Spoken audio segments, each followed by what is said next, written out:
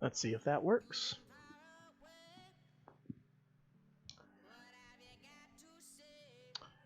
All right.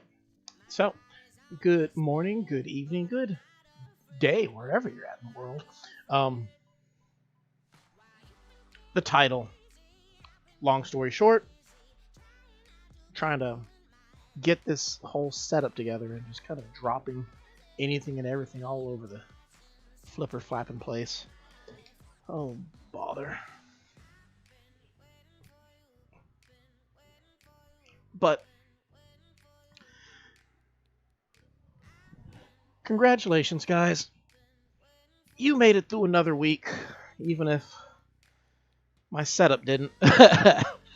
But here we are. Trying a few new things. I had it set up earlier this week. The new stream layout. So hopefully you guys might like that a wee bit better. Look a little bit cleaner. With the chat off to the side. The big thing I really like.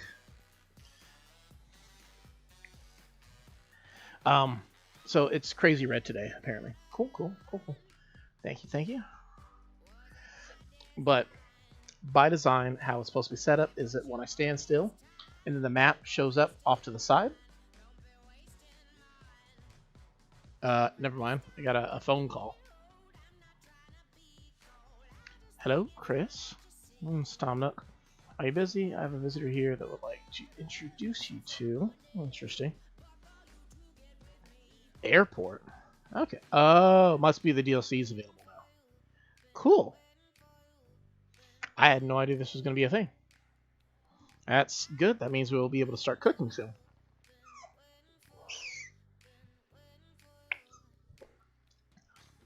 Does that mean that's what we're going to do first? I don't know. Maybe.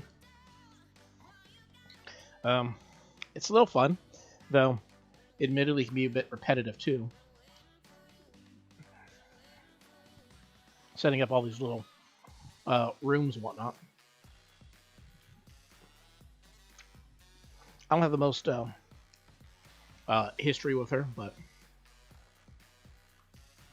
it's pretty cool to have her around. Like I said, the DLC opens up a whole new area for us to explore and gives us new techniques we can learn. And yeah, also on our playlist, I sprinkled about 10 songs from a special artist. So there's about a little over 100 on the playlist total. So hopefully, 1 out of every 10 to 15, we might be able to hear a new track that you won't really hear too much from other places as well. But we'll see how that goes. It's always how it is. We'll see. We'll see. But I think we're doing a better job at sticking to some of the things that I've been promising, especially for the channel. I feel like this is the most consistent I've been in 14 years, according to YouTube. Oh man, let me tell you what consistency was when I actually was deeply infatuated with the whole idea of YouTube. Back when I have no idea what she's saying. She's not going to take me there right now.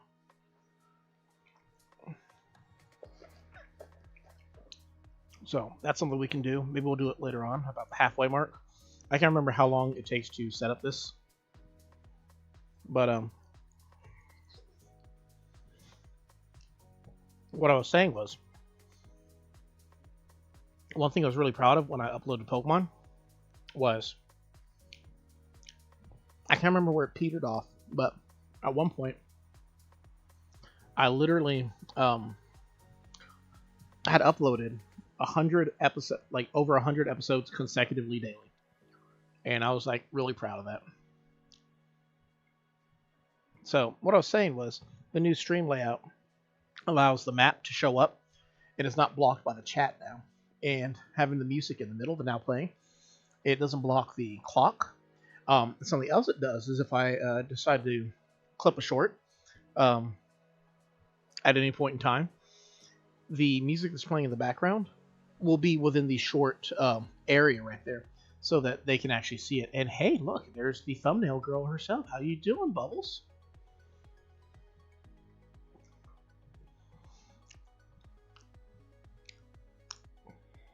I don't know if it's cute or ridiculous that she's wearing the grape shirt, but I think it's a grape shirt for her. Oh, goodness gracious.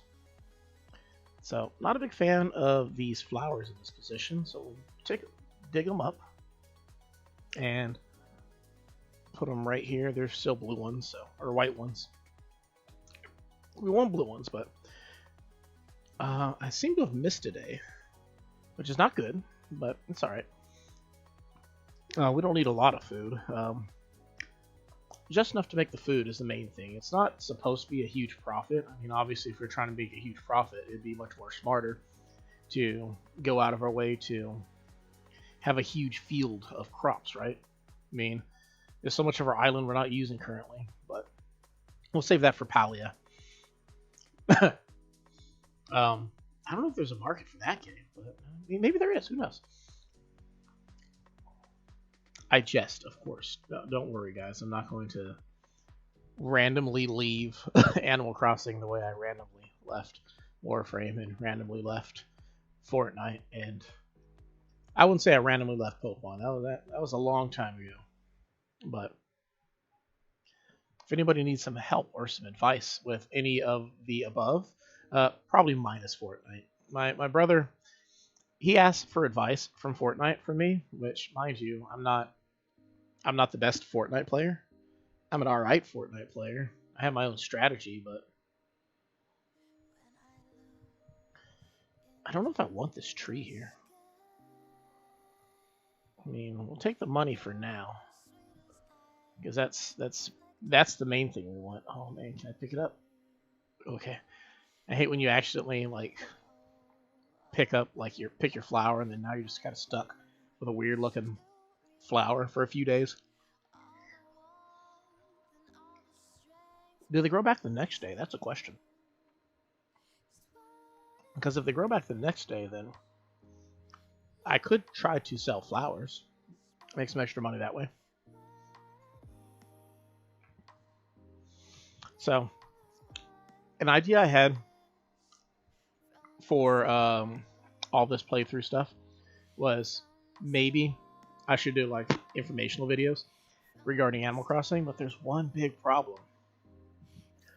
What is there to be said about Animal Crossing New Horizons that has not already been said in the last 5 or so years the game's been out? And it's not like there's a lot of new stuff.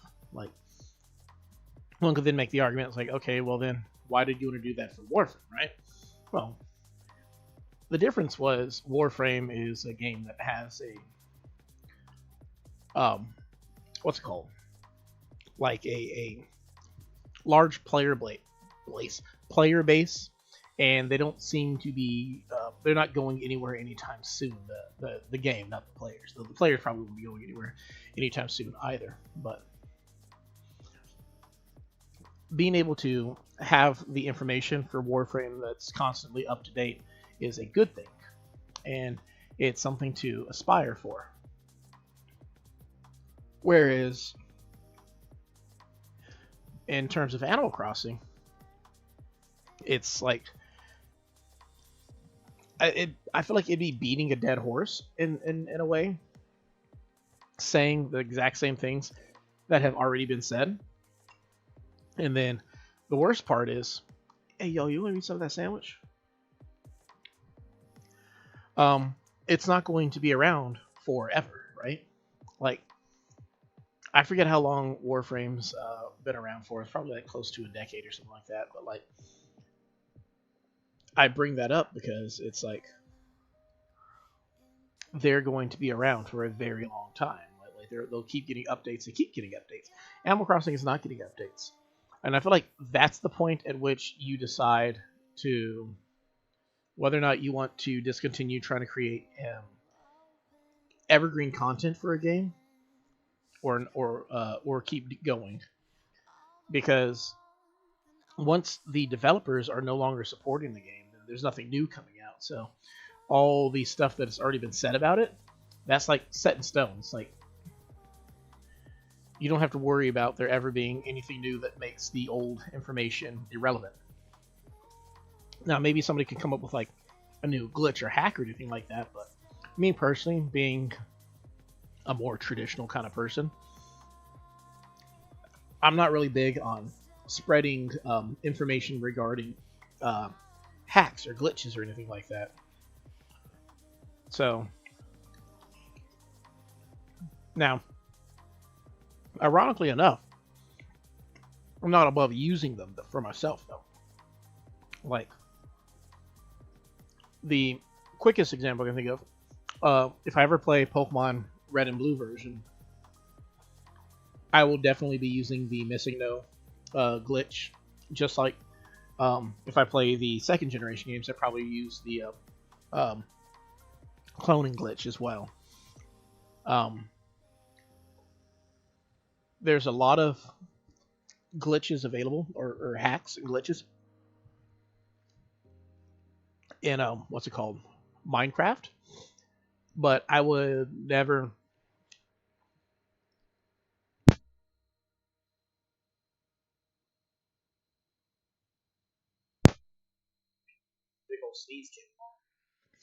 I would never use a glitch or any like kind of cheat in Minecraft, because quite frankly it's ridiculous. It's like the only time it's ever understandable for you to use a glitch or a cheat or like not a glitch, but like not a cheat, but like, the only time it's ever not appropriate, but understandable to use a glitch or an exploit in Minecraft is if you're on a server with your friends and you're that one friend who wishes to cut a few corners, shall we say, to generate some sort of an advantage behind your friend's back.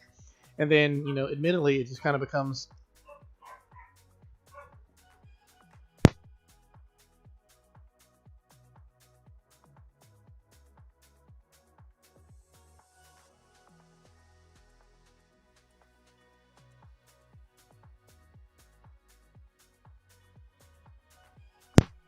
sorry about that. I have no idea what my dog was barking at. What was I saying? Oh, then it becomes a game of Among Us with your friends as to figure out, like, theoretically, I guess it's just like you need to find first the evidence that somebody has used an exploit or a glitch, and then the question then becomes, all right, who did it? Which, admittedly, it's kind of different. Like, I feel like you need to have in-depth knowledge as to what should be versus what isn't, and then sometimes it's just a question of like, I don't know if anybody else has had that feeling or that vibe. Like on my family server, we had a person who joined it, and he is a sweet guy, awesome dude. He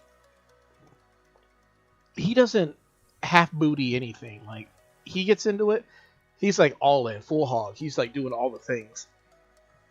So then when we get to a point where it's like he's rolling around wearing like netherite armor or something like that, it's kind of like you kind of look at him and like,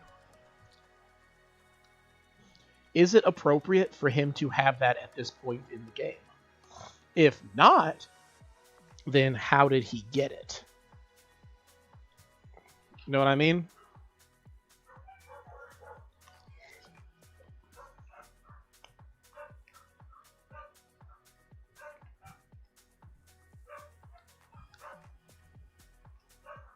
Give me 1 second, guys.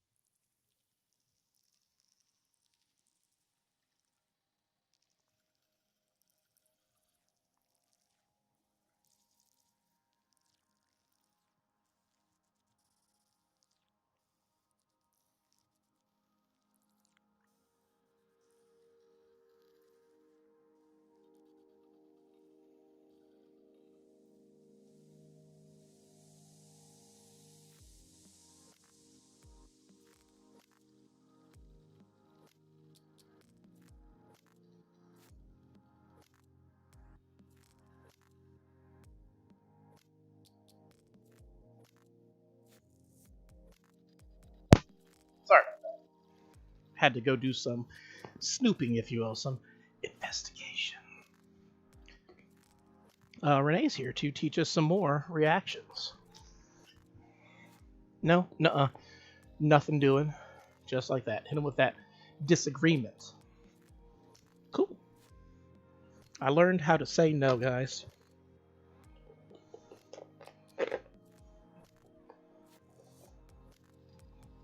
Not just no. Not just, oh, no, no, no, no. It's, oh, no, no, no, no, no, no.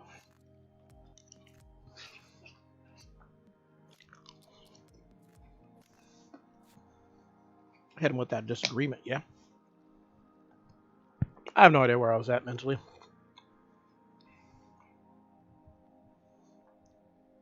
I have no evidence to support that I was ever anywhere mentally, so.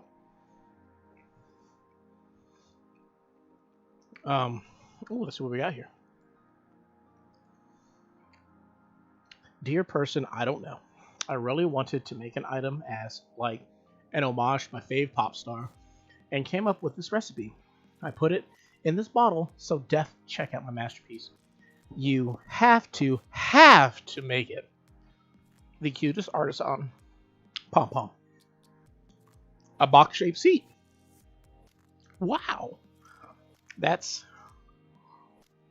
I gotta see this, because, like, it's your favorite pop star, right?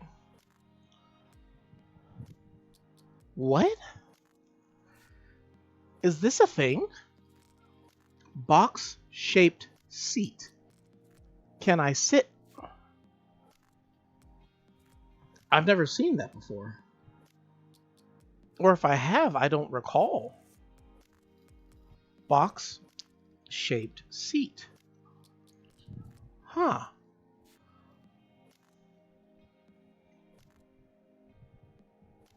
I don't recall ever seeing that.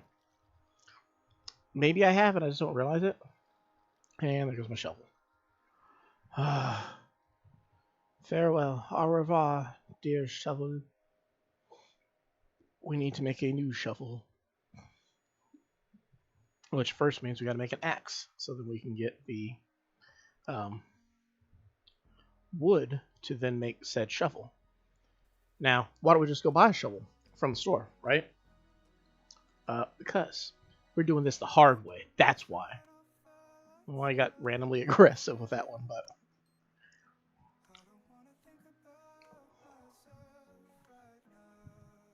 box-shaped seat we can't do yet. Make a flimsy axe real quick.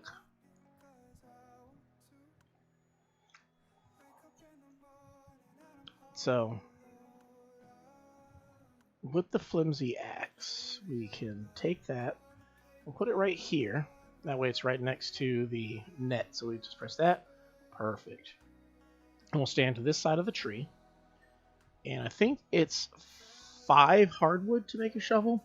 Probably would have helped if I actually looked up when I had the thing open what you need to make a shovel, but I digress. Actually, what I could do, because I'm being a silly goose right now, I'm trying to not get stung by a wasp. I can just do what I said earlier and just chop the coconut trees. since they are 100% safe ways to get all the wood you need without ever worrying about getting stung. What I probably should do is what's it called? Make sure I have the exact number of coconut trees to break my flimsy axe. That way, I don't have like too many or too little, but at the same time, I don't know. Right now, I just want lots of coconut trees because I want lots of wood for, I don't know yet. That's honestly where it is. I'm at that gathering portion of the game where it's like, just gotta keep getting as much wood and stone and iron and whatever it is that I need, and then maybe in the near future we will figure out what we want to do with this stuff. I think that's enough. That's all of the coconut trees. So next we can hit some of these until we break the axe. I feel like softwood is the wood I get the most in Animal Crossing. Of course, select your trees randomly as to not know which ones you need to chop later on if you need more wood. It's never advisable to keep track of your trees. What is that? Like, what are you, like, organized or something? No, the title of this is I'm a Mess. I'm gonna live up to that one way or another. I could hit that tree 2 more times if I had an extra flimsy axe. Yeah, not gonna get one because I'm a mess. Snort. Now we should be able to craft a shovel. Yeah, it's 5 hardwood. Cool, cool.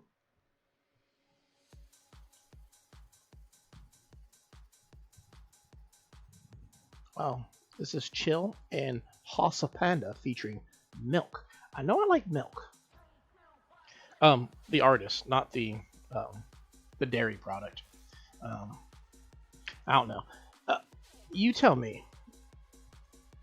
When you get older, dang it, I wanted that. When you get older, do you feel like milk becomes disgusting to you? Like, I get that most people become lactose intolerant over time, but like, more specifically, I'm talking about like when you like just the concept of drinking milk. Like, me personally, like oh, I did not mean to do that.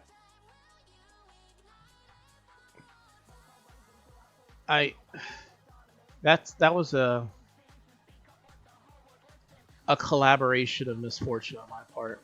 I tapped my control stick just the way that I would flip around and bury the. I missed out on 2. I missed out on the rock, and I missed out on the money tree. Oh my goodness. I 100% did not intend to do that, and I'm a little salty. Not gonna lie, I'm a little salty about that. But milk. I don't know if it's just me. I feel like as an adult, I find milk disgusting. Like, just the idea of drinking milk gets me queasy. I don't know what it is about it. It's good for you, obviously. I mean, supposedly. Actually, I've heard somewhere recently that like milk's actually not that great for you, or like it's good for you, but not as good as they say it is. Like the thing that really breaks my heart is I think they said like milk is not as good for your bones as they say it is, but I can't remember exactly what the details were. But considering I was never on Team Milk, I don't think I've ever drank a straight glass of milk my entire life. It's just not that good. It's just ugh. I'm fine with like, like most people, put some chocolate in it, so it's like chocolate milk. I can do that.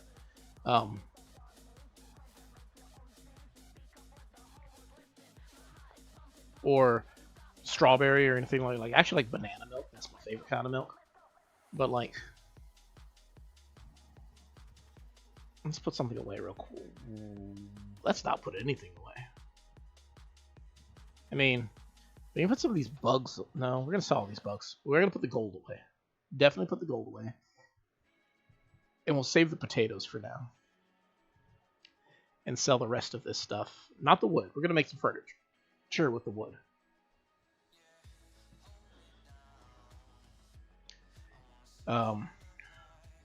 We'll go to Blathers real quick and figure out what these fossils are.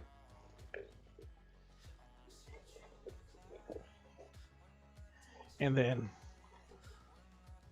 we can go sell our items for some bells. And then we'll go pay off some of our debt. Who knows? Maybe tonight our goal will be to pay off the debt yet again. Wouldn't be a bad idea, right? Sounds pretty dope, right? Right? I guess maybe not so much, but still.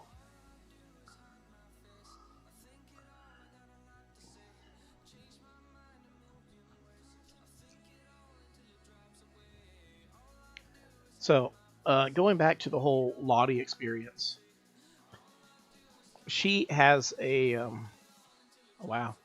Most of these fossils are duplicates, so we're gonna get some extra bells from that. I'm sure glad they made it a little bit easier.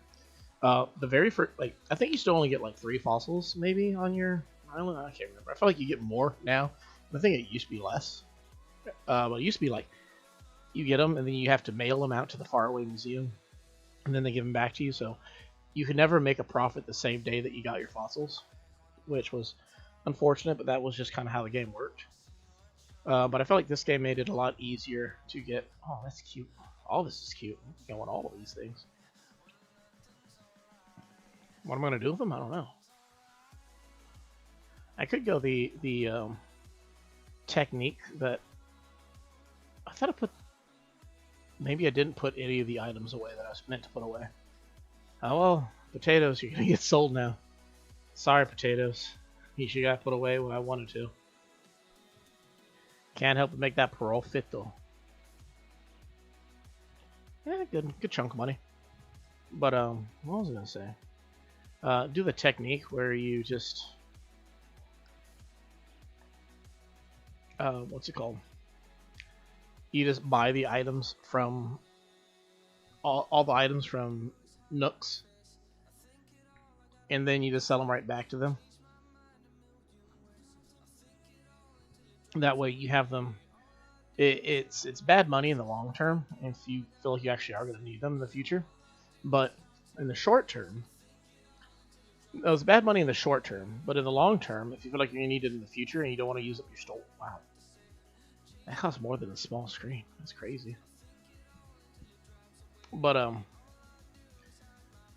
if you think you're going to maybe want it in the future, it's just easier to do that, to like, you know, just buy them all up now, and then in the future, if you need them, you can just order them with a catalog, and you have to worry about being your space. Now, if you're adamant that you might want them in the future, well then it's more beneficial to just keep them, right? Which will be more or less what we're going to do. We'll just try to keep these things while we can. Maybe clean up the storage later on. I have no idea how to tell when I have too much stuff, though. So, we'll see. Cool, cool. There we go. Perfect.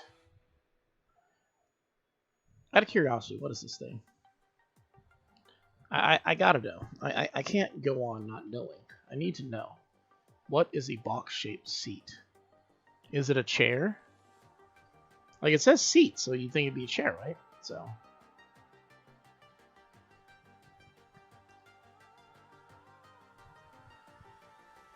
Okay.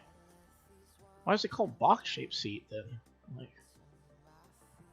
Oh. That's weird.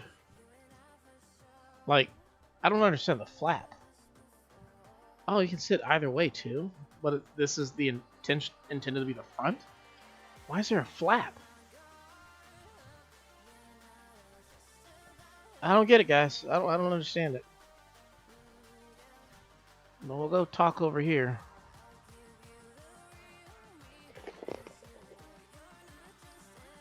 It confuses me.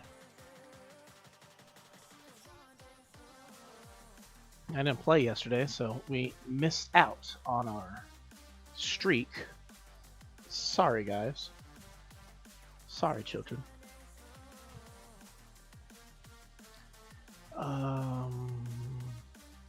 Yeah, we're paying off debt. That's what we're doing.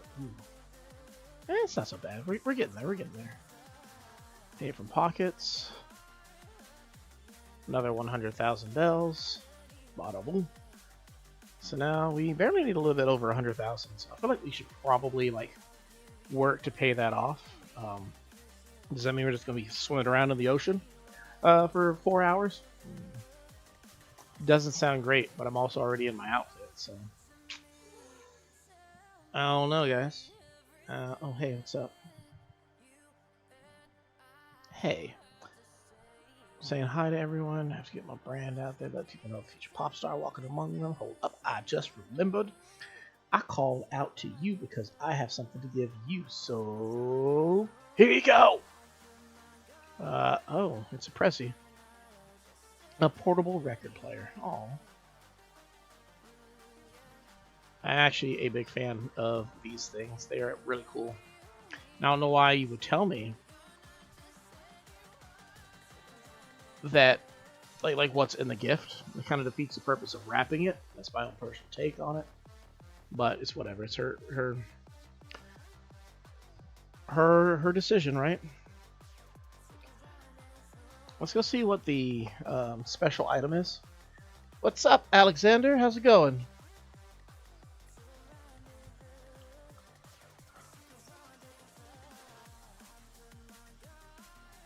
Send you a howdy in the chat. Oh, helps if I actually press the send button, right?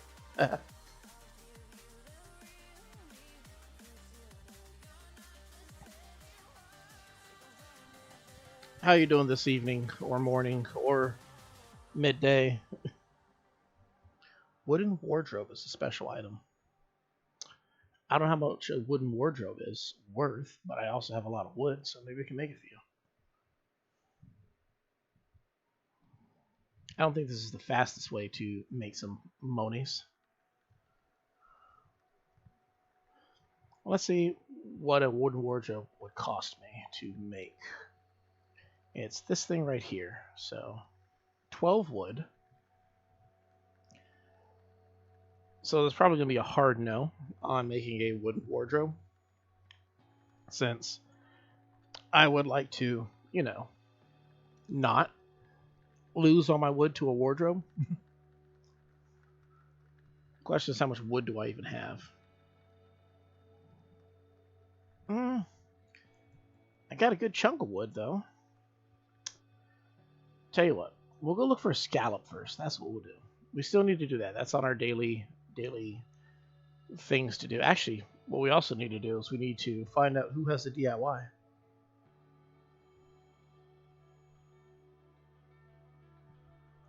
Well, it's not him.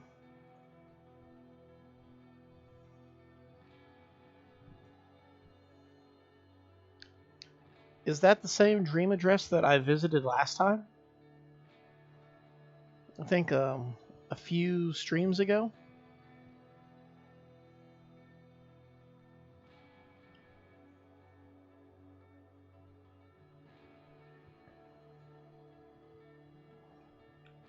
Or did you change it up, or is it something different? Hey, Walker. Doing stuff.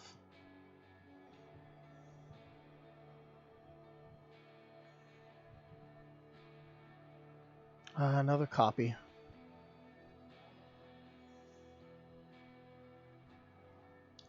Again, I really don't like the fact that you can say no to what they're making if... Oh, nice.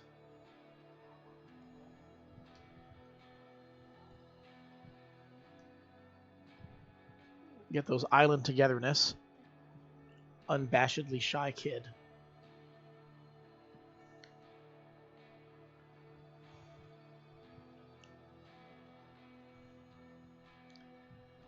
I will go check that out. Let me run in my house real quick and find something a little bit more appropriate to wear. I mean, it's not like there's anything wrong with what I'm currently wearing, but you know. I'm just... Oh, wow. I forget how bad I actually look with this. Let's get changed. We got some new outfits. We can look a little bit better. Oh, a nice clean new shirt. Yeah, some jeans to go with it. Ooh. Nice hat. Ooh, we'll wear the cowboy hat. I am part cowboy. Nice little rubber toe high tops. Yeah, get that on there. There we go. Ready to go visit somebody's island.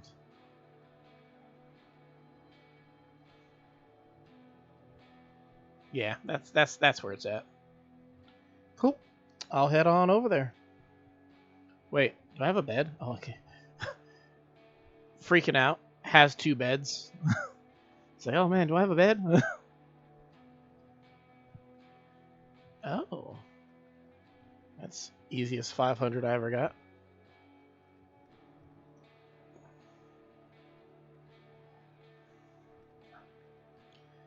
Let's see. First time visiting an island on this account.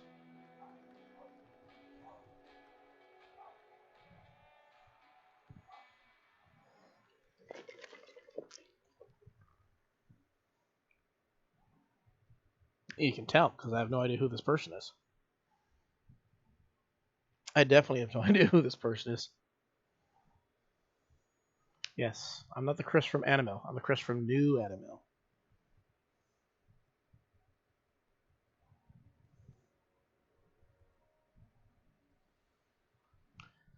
Name's Luna. Cool, cool. Get past the very first time. The initial dialogue.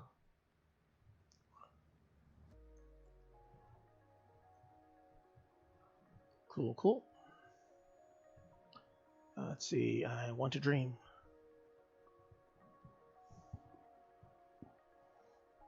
Dreams, like many things these days, are downloaded from the internet. What?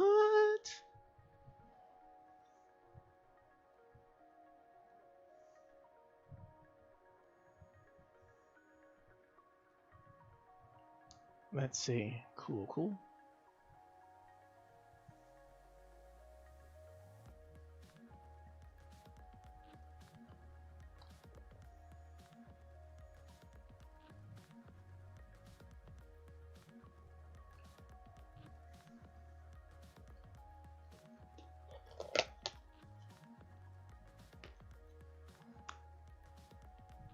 Let's see.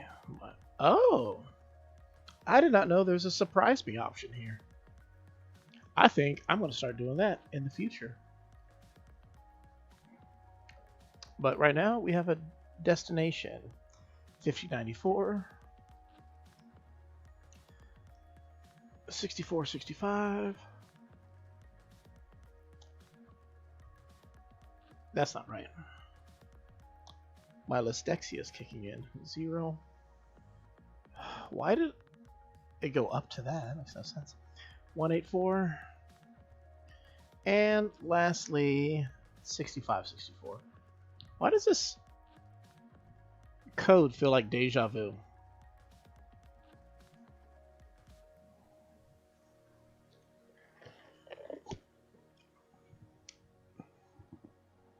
FT2 Heart. Yes, it is.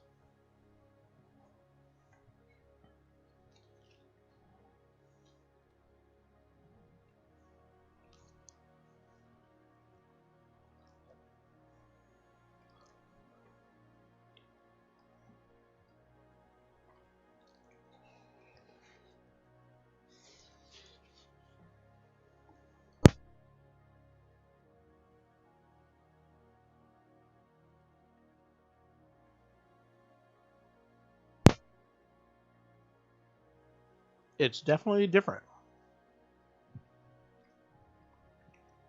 As in, it wasn't nighttime last time I was here, so that's definitely something new.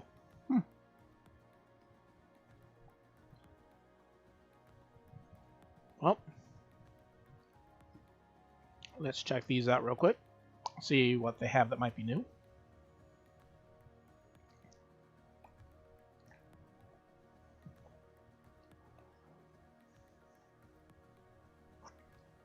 I don't know if it does the newest things first or the newest things last.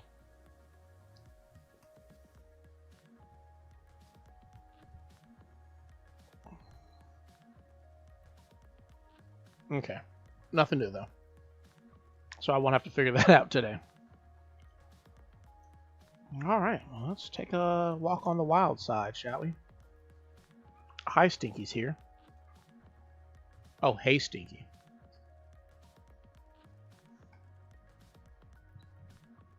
Mr. Kamehameha is still out and about. Some potatoes, tomatoes. Is that Mama? Oh, that's Aquamarine. So, what's the new stuff that you got going? Oh, I know what it is. Is it the Target? Is the Target open? How do I get to the Target? I'm lost. I don't know where the Target is. Oh, is that you? You changed up?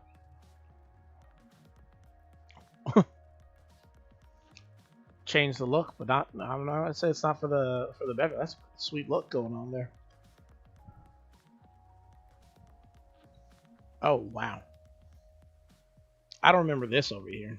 Either I missed it last time or this is new. Well, that's sweet.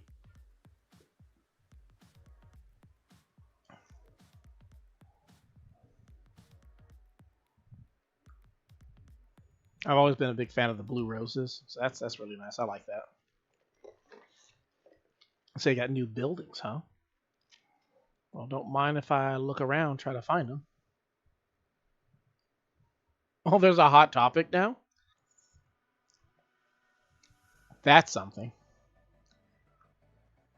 What's going on at Hot Topic?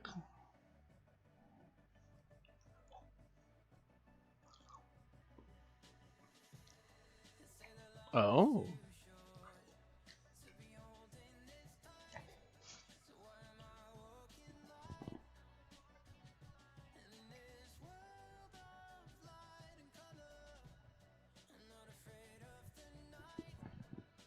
Even has a little security camera. Make sure I don't steal any of the pants or anything.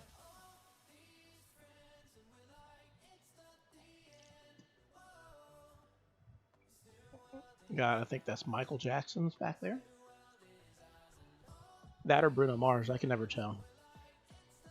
Someone's gonna hate me for that one. You can't tell the difference between Michael Jackson and Bruno. Oh, Funko Pops. Yep, looks just like the Hot Topics that we got over here.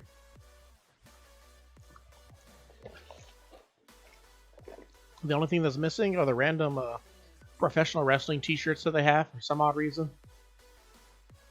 They used to be pretty cool about it, but nowadays not so much. Ooh. I like these desks right here. That's pretty sweet. I like it. Do you plan on making them any bigger, or are you gonna go the Atlas Shine route and just be like, bigger? Nah, bro, too much work. Oh, dang. Flaming beach volleyball going on over here. Another Kamehameha.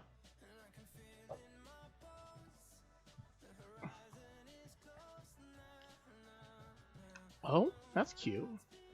Oh. That's cool. I might have to borrow this idea.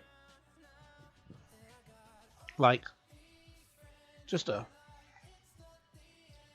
place to chill and like watch TV or like a projector on the beach. That's actually really, I like that a lot. That's cool. What do we got going? Oh wow. Oh, I didn't know they had a beat up version of it. That's kind of cool. And I'd never considered putting this up here. Like I knew you could put furniture up here, but I never considered this. Oh, that's. And you can put stuff on top. Wow. Just things I hadn't considered yet. I like the little bucket, too.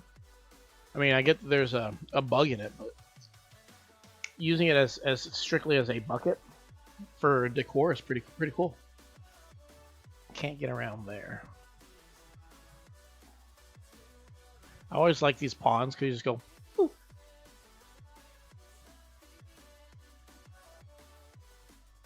Starting to think I might have gone the wrong way.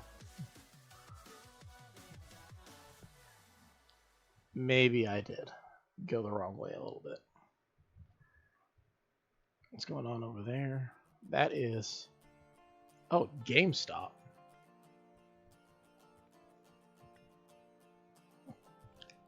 ATM machine over there. Oh, that's cool.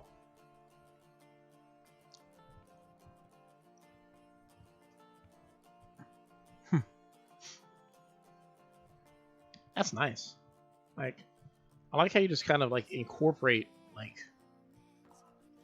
all these cool little buildings here and there. Like, I haven't always been like one person like kind of do these things. I just never feel like when I do them they come out right, so I just don't do them. But I do respect when somebody actually has the like ability to do it and it looks good, and that's definitely what you have going on.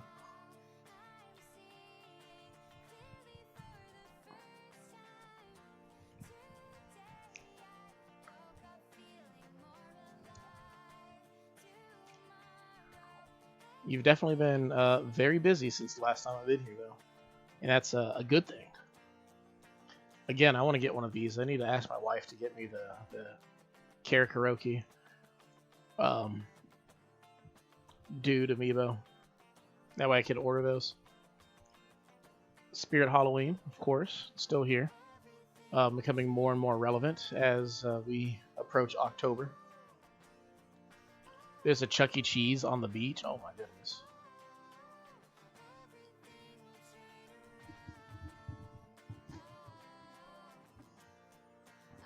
I will work my way over to that one. I'm trying to remember how to get to the Target real quick. Oh, you just teleport over here?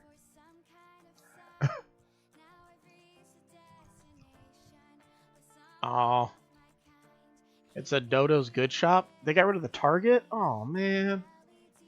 I was looking forward to the Target too.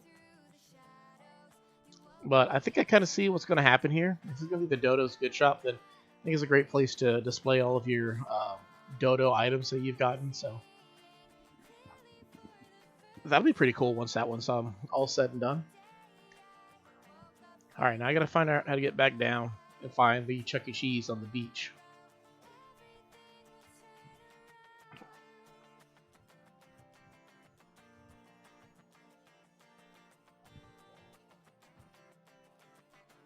I'm like expecting there to just be like a random ladder or something. No such luck yet.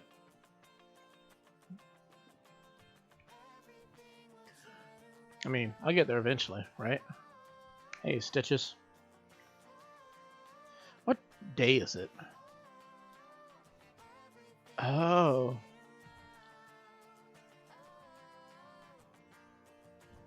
Oh. Not your fault the Target got torn down. I got you, I got you. Not saying I believe you, but I got you, I got you. And yeah, I do believe you, I believe you. I mean, definitely looks like there's a bit going on over here. Well, there's Mama. So, what I appreciate is the absolute love for the island. So, like, it only makes sense that like things would change like here and there.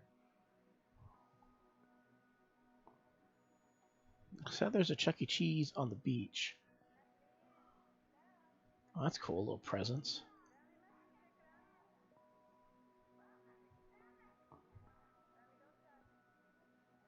Trying to find it. Unless I missed it and I'm just not paying attention. Oh, no, I think we found it.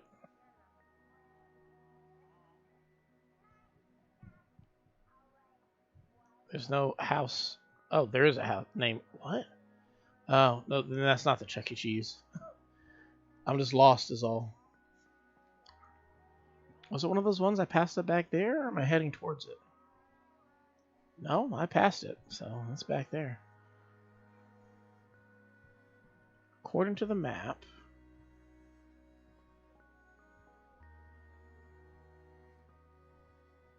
it could be that house over there on the left side. Maybe that's what it is. Maybe I misplaced it.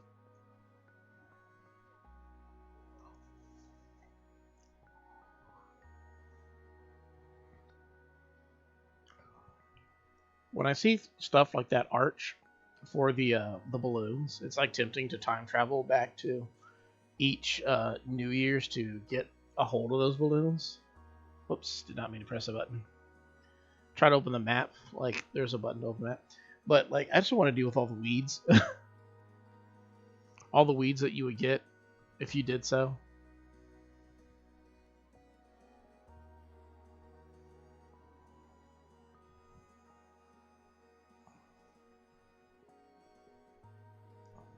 Let's see.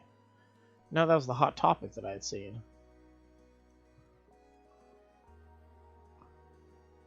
Am I missing something? It said the other beach. Is it down here? Did I miss that? No, it can't be, because I didn't miss this. I was already down here. Map. Oh, it's the map. It's the map. It's the map. It's the map. The other beach.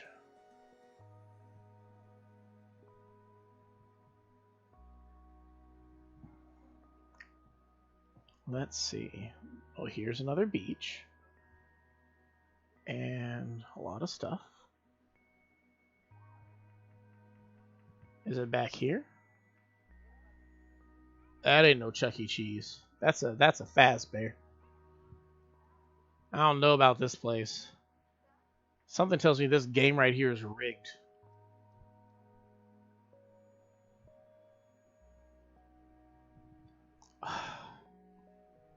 You know I can't like just leave it going like this. Like I have to actually get it on the right spot.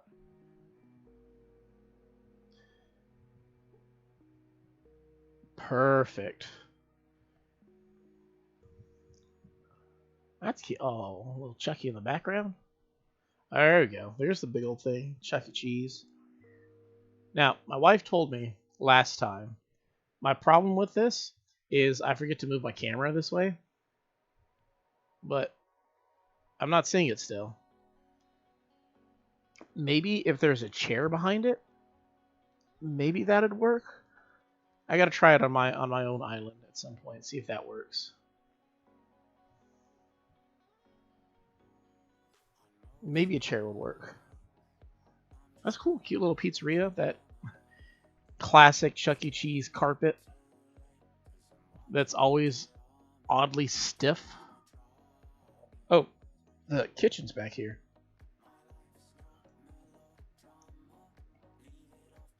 That's cool. Got a little kitchen. I like that. I might actually use something similar to this. Like you catch the fish back there, toss them on the grill, and then you send them out to a table over here. I mean, in your case, you got a pizza, but I could put like some fish on there, like a seaside, like a beachside, what's it called? Restaurant. That'd be kind of cool.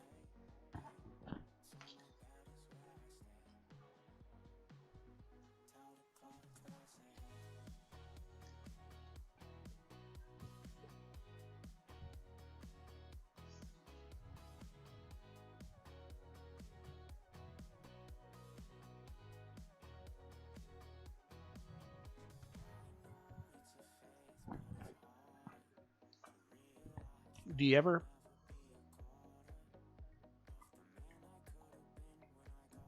have a difficult time trying to navigate here and there?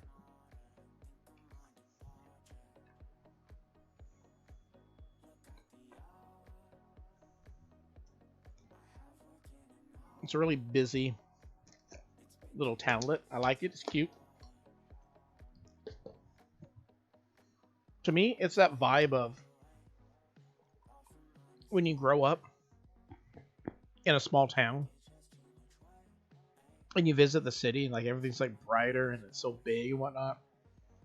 And you're like, I love visiting the city, but I could never live there type of thing.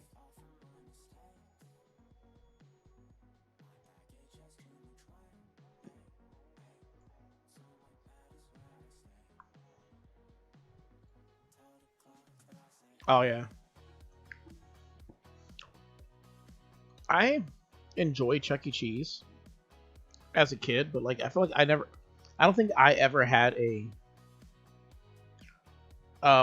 my own birthday party or anything at Chuck E. Cheese. And then like as an adult, I had way more times at other pizzerias, specifically like Mr. Gaddy's.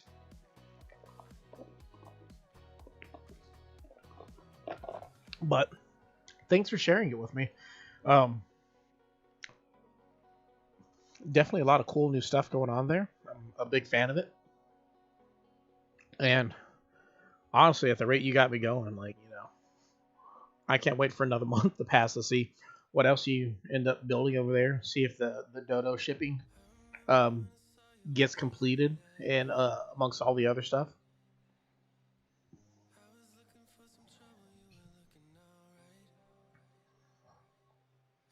What were we doing here? Now, that's a big question. It's so much brighter. It's not nighttime anymore. Ah, my eyes. Well, we do need to go catch some, what's it called? Some sea critters. Um, Something that would also help would be to, what's it called? Find a scallop too, so we can get that dewey for the day out of the ocean. So let's go see if we can find. I can never remember what's to dive, what's to dash, what's to do literally nothing. I can never remember that otter's name, but we're gonna go find him real quick so we can get a dewey from him. Maybe we can do a mermaid thing at some point. It's the first time doing this with more pocket space too, so that's pretty cool. Well, we're gonna find scallop first time. Bada boom, that's a starfish.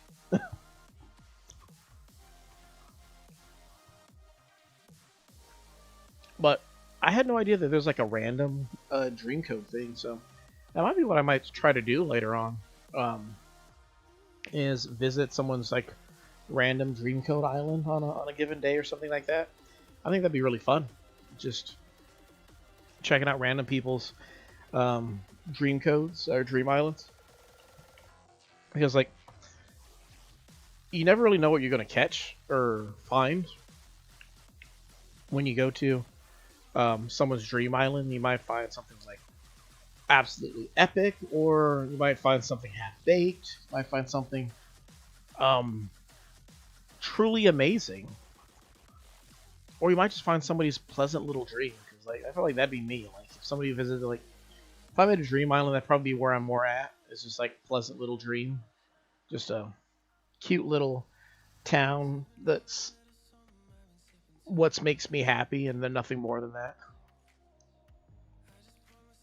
Um, I try to stay true to my style. What that means is like some of the things just they don't click for me, if you would. Like one thing that doesn't really work for me all that often is the whole what's it called? The street design. Like I feel like if I made like a little city area, like I like the rundown city area.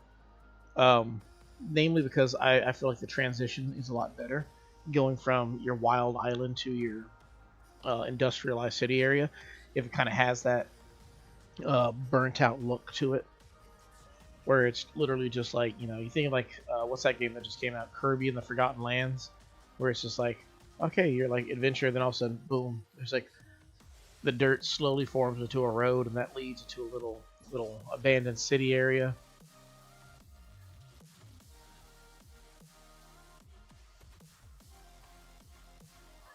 But when I see like those islands that like are literally so cluttered, like they lag because they just have like all the different custom designs on their ground, along with that's a shark-ish creature. Oh man, I'm not ready for this today. I'm not ready for this. I'm not going to catch this. I have zero faith I'm going to catch this thing. Oh, man. Oh, boogers. All right. Oh, well, never mind. We got it. And to celebrate it, we also have our first Duckman song playing.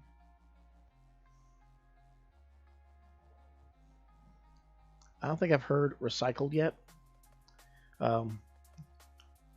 He's a cool new artist who's really put a lot of effort in some his work. And I'm going to do a stream, not next Friday, but the one after that. I'm going to do my first Friday stream, which is going to be a thing I'm going to start doing pretty soon, which is the first Friday of every month. I'm going to find an artist to be like my featured artist, and I'm going to play all their music the entire stream as just kind of like a what's it called? Like a signal booster. Yo, check this guy out. This is a person who makes great music, guy or gal. Like, pretty much my main library is Monster Cat, but if somebody else is making music and they're like, hey man, can you like feature me on it? I'll definitely do that as well. Here you go, buddy.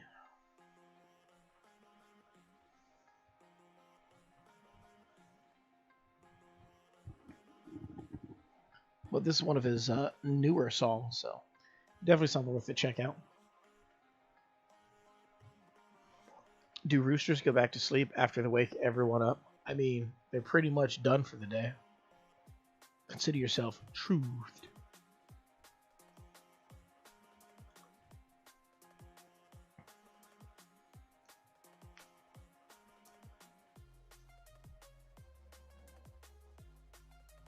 Man, I got 3 critters over here.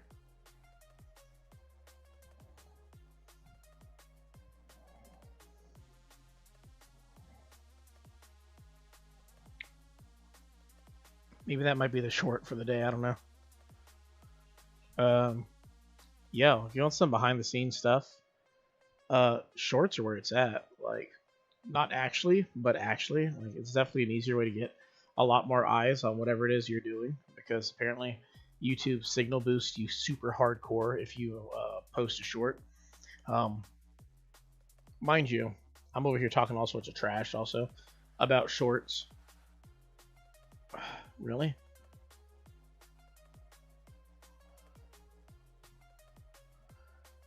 This thing just like juked me in the weirdest way. Like I couldn't get the access for it. But like because most people just doom scroll on YouTube. Oh, I was like, I don't remember having an outfit. Did I take my outfit off? Oh no, he just gave me the mermaid princess dress. Fantastic. But like, they just show shorts to like so many different people. Like, it's hard enough to get like 10 people to view one video without like clickbaiting them or anything like that. But you post a short, because most people just kind of doom scroll. Next thing you know, you have like 100, like hundreds of views. It's like bananas.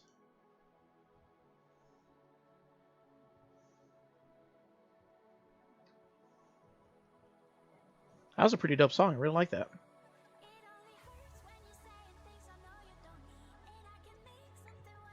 I feel like he really belongs with all the newer artists out there that are crowding up the Monster Cat scene, and I'm digging it. I could definitely hear it like playing in like other things.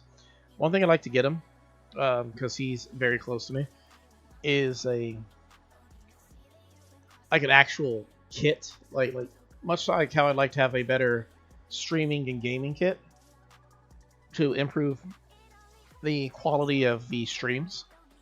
I'd like to get him a music making kit, like one of those like keyboard input type things, and the program that lets you actually make custom music with like your own notes and all that stuff, rather than having to use something that might be like pre-made beats or anything like that, if they have that.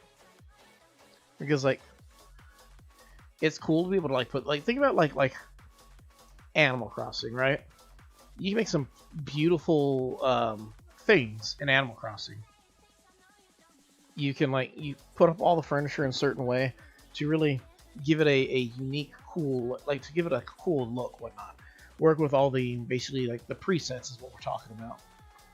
But the moment you start using the pro designer and stuff like that, like coming up with like your own designs, that's when you go from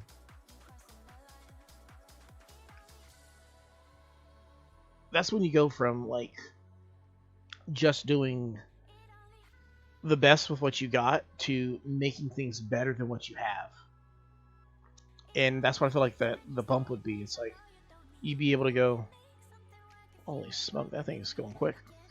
You get to start making cool new things, like more original. Like, man, like think about like, oh man, I really wish I had like a beat to work with. It has like it goes a certain way, like dun dun dun dun dun dun dun, and like instead of like wishing that it existed, you just make it exist. Oh man.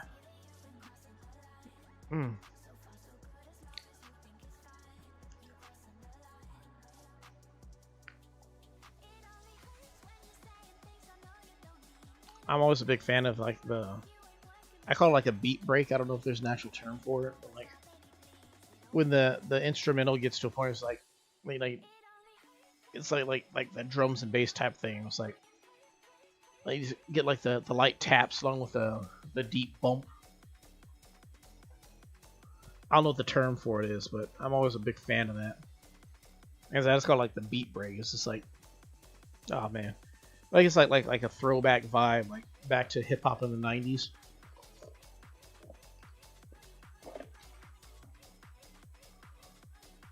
What do we need? 6 more?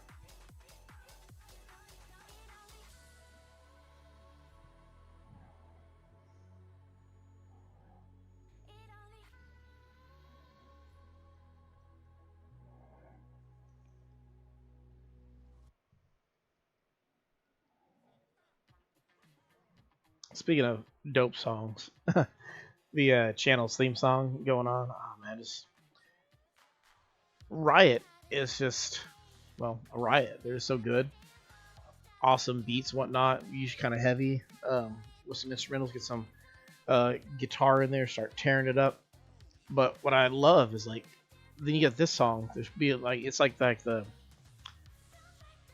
call out, like, yo man, I'm not a one trick pony. I can hit all sorts of vibes. Like he got that Arabic vibe, that jungle vibe, that Blackwater like country vibe, and then next thing you know, he's like, boom, I got that funk vibe too, and you're like, whoa man, that is funky.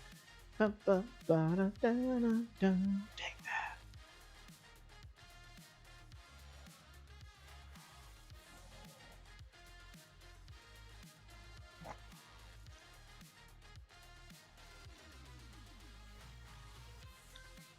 Maybe that's what we'll do for the first Friday stream. Give it a an extra vibe. It'll be the theme will be Friend Island codes or Dream Island codes, and what I'll do is while I play just that music, I'll also like just be like visiting Dream Island codes. Golly, so many scallops. But also put like in the title as well. So like if somebody wants to, oh, that right there, that vibe right there. I love that sound. But like if somebody wants to like drop by, hang out for a moment, give their Dream Island code, and again hop on, listen, check out what they got going on. Just chef's kiss, masterpiece. I think that'd be the best.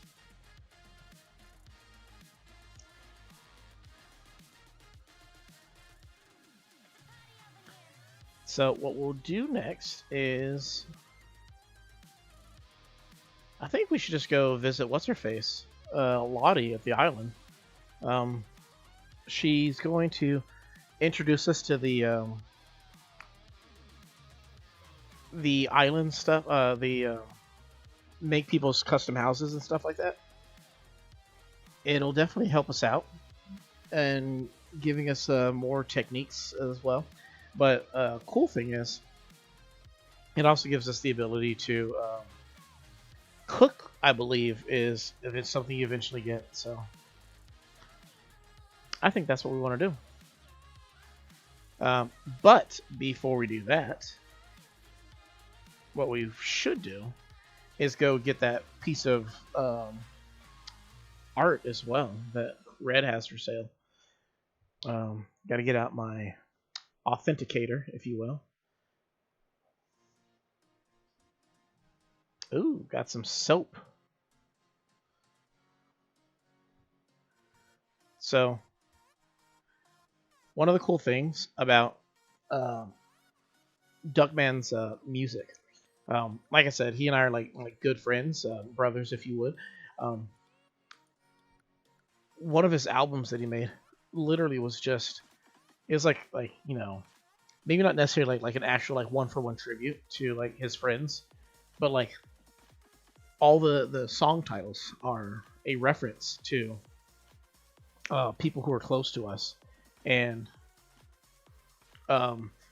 by that I can tell you that there's also, if you wish to go find it, I don't know if I put it on the playlist or not, a song named after me from the Duckmeister himself. So I bring that up because Soap is in our Fortnite crew, and it's just cool to, like, you know, be able to. It's just really cool when you get to share these things. It'd be like if I made whole episodes dedicated to like my friends' islands. It'd be like along those lines.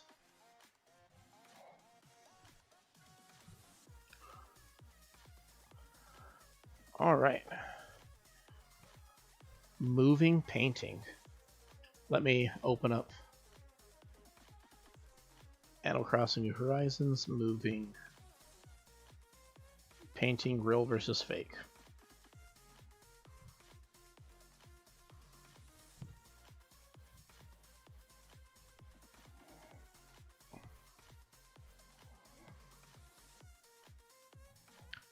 All right, let's see. The real one has trees on the right side, the fake one does not. So this is actually a fake one, so I'll have to zoom in to see that one. All right, next things next. Let's take a look at this one. Glowing painting. Animal Crossing New Horizons, glowing.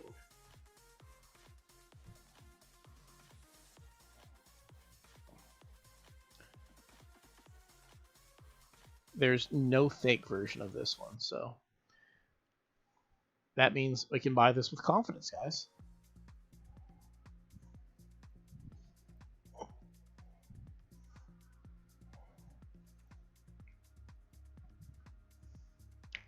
Cool beans. Awesome, awesome.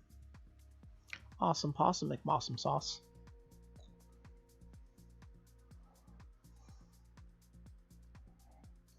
There we go. Oh, that being done, now we can hop up this way and unearth this fossil right here that we somehow missed. Fantastic and cool. So I don't think we need to empty our pockets for visiting her, but we might. That fish is probably worth catching, though. I don't think I will catch it, but I'll try.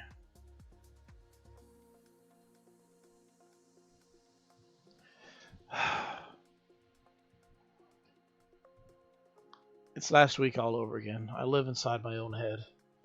I get so anxious. I know. Be not anxious. But can't help it sometimes when it comes to catching digital fish.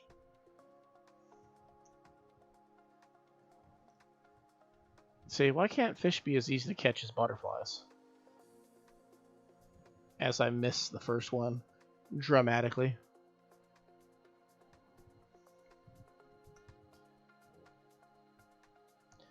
And then, oh man, I'm just all over the place right now.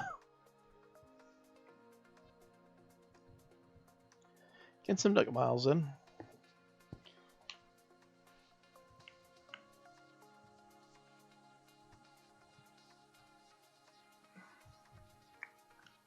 Another fossil we somehow missed. Good news is, as fun as gyroids are to decorate with here and there, because we don't have them unlocked yet, we can't find them. So pretty much everything that we ever dig up will always be a fossil. So that's useful for, you know, trying to pay off our debt. We're just guaranteed to keep finding fossils and stuff. So put those away, and I guess we'll head on over to her and see what's going on over there.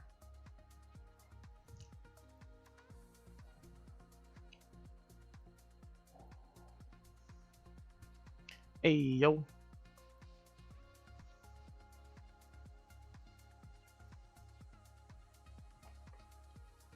President Nook. When did he become president? I didn't vote for him. I mean, yeah, I'll go to work, but don't ever call him President Nook ever again.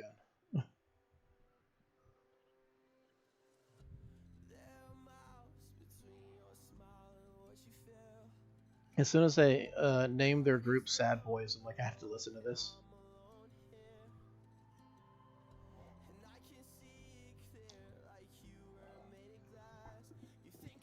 But yeah, I think that's what we're going to do. And mind you, it's called the First Friday stream. We're going to have a featured artist, which the first one's going to be Duckman, obviously. But think about that's what we're going to start doing with those streams.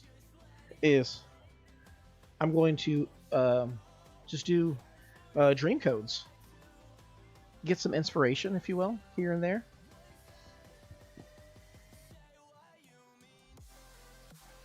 I like how the game's not pressuring me to get the other 5 islanders.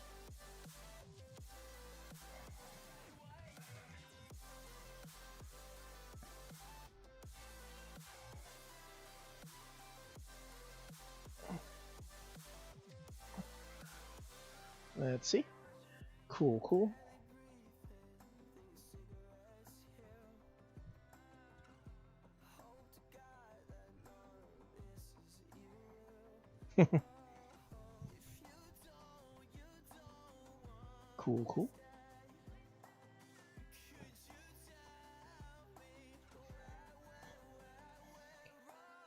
So, it's been almost as long about doing these as well, so I can't remember exactly how it starts up.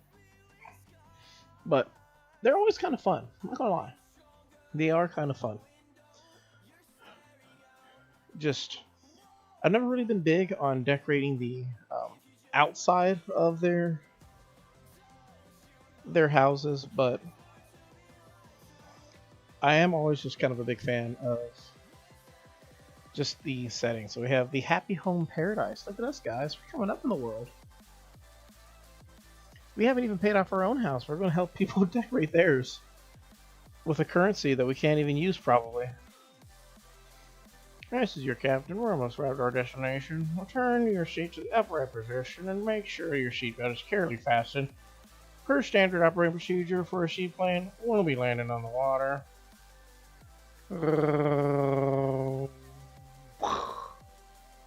My bad. Sploosh.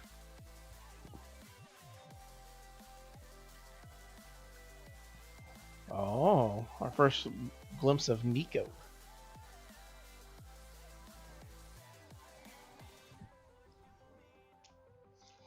So, do you guys ever match your personality in real life with in the game? I guess vice versa. Do you ever match your real personality? What am I trying to say? Do you ever match your personality in game to that of what your personality is in real life? By that I mean, if you're a genuine nice person in real life, are you like genuine and nice when you play the game, or are you like a complete 180? Are you like a super jerk when you play the game?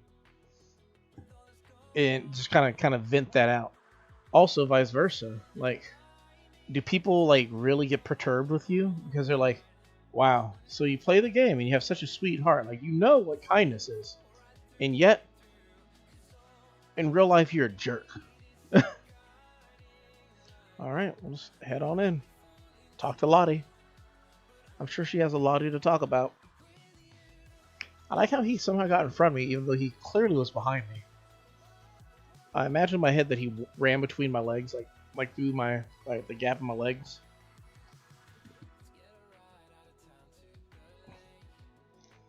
Or was I supposed to talk to him first before he came in? I don't know.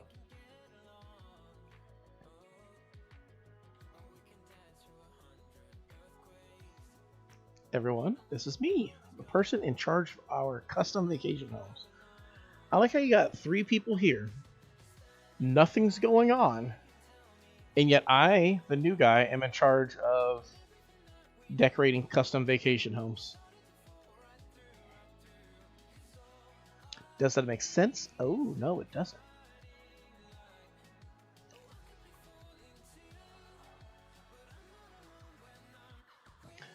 Cool thing is, doing these houses, you get paid, so you can gain. I also trade some of your money for these things, but I forget what they're called, but the island currency, you can use that to buy from a cool catalog of rare furniture, as well as they also have rotating furniture here that you can buy from as well. And the ones that they sell also are like the rare ones that you get from Wardell over here come in all the different variants. So like if there's a specific look that you're trying to get, it's a lot easier doing it with these rather than yeah, just waiting for them to show up at some point in time. So it's pretty cool.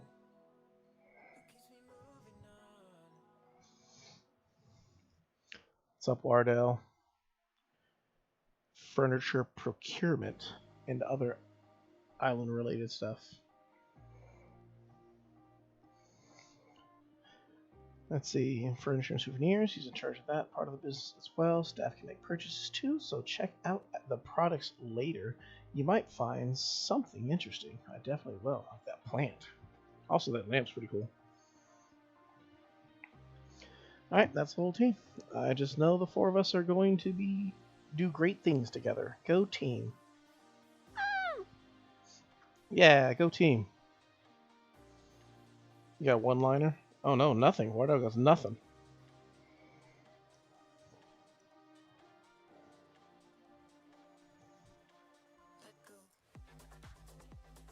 Interesting.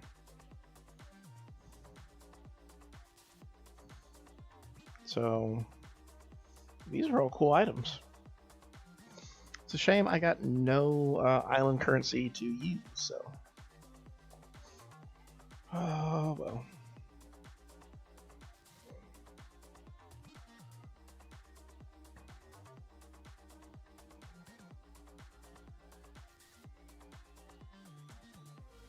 Oh, okay. It's putting me in. Oh, no. No. Give me shoes, please. Real shoes.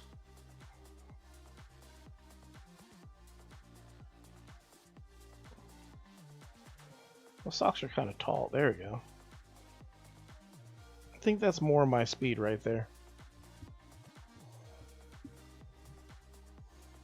Kind of want the jean. Oh, no. There we go. That's right up my alley. Is that very professional, or should I wear the formal shorts? Hmm. It's a tough call. It's a tough call.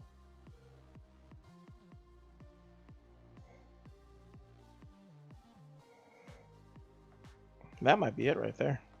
That's a good look. Snazzy, if I do say so. There we go. That's what I need. I need this to change my hair to something that actually looks appropriate for work.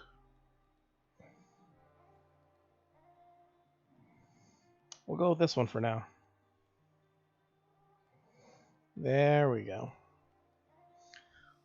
Much more work appropriate, if I do say so myself. All right, yo, put me to work.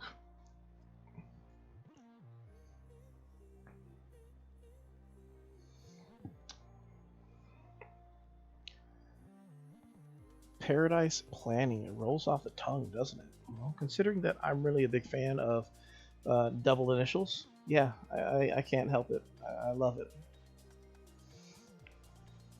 So I'm going to just quickly scroll through a lot of this. The TLDR is basically we're tasked with decorating homes for different people who are coming over here. Um, Honestly, they give you a lot more options to decorate their homes than you have to decorate your actual home. But there's two ways to do it. You can either do the cheap way, where you just kind of just plow through them really quick, or you can do it the intended way, where you go out of your way to actually make decent looking, acceptable houses. And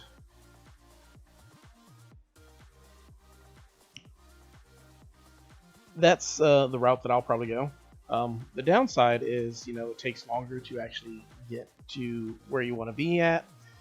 But I feel bad for the little digital darlings when their houses are just kind of like crampy or crappy or just not good. So I'll feel the need to actually try to decorate and make the houses look a lot better. Could be worse. I won't go like splurge too much into it. Just enough. The main thing that we want to get is the restaurant. Because once you get the restaurant, you are able to go there every single day. Not the cafe, but the actual full-fledged restaurant. You can go there every day, talk to the guy who have in charge as the cook, and he'll give you a cooking DIY every single day. So that's the easiest way to make sure that you expand your cooking resume, is to just unlock that as quickly as possible and talk to him on the day-to-day basis.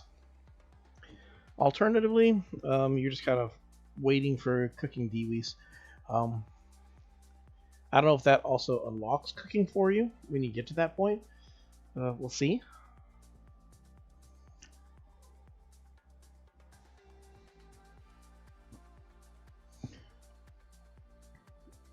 But in case you're wondering, Eloise is always the first one. I believe they also have other ones, like they're like kind of like air quote story related.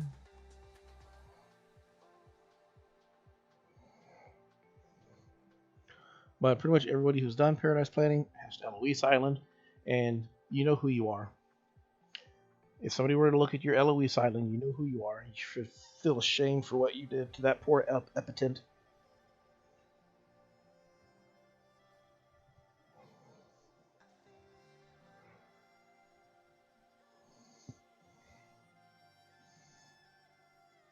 Let's see. I have some furniture I like to use no matter what. You see, my ideal place is like, so she wants bookshelf, rocking chair, and a stack of books. Gotcha, easy peasy. So at least put the bookshelf on a back wall. Maybe have a whole back wall of bookshelves. Put the rocking chair somewhere catty corner with it, with a stack of books next to it.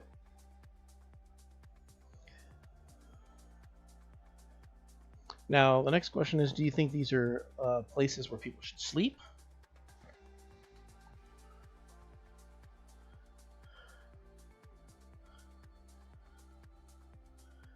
Oh wow, I like how they just kind of like completely omitted what kind of island she wants. That way, it still falls into your job to actually um, pick out the island. Oh, never mind. It's this just this basic little island here.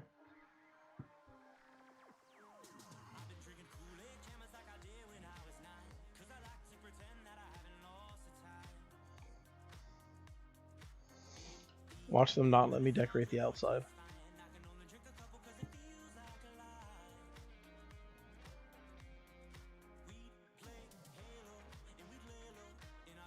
These are the furnishings you requested earlier. Well, talk about service. I only just made that request, and my order is already here to hoot.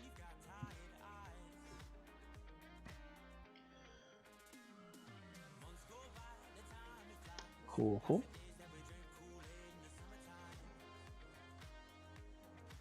Let's see what we got.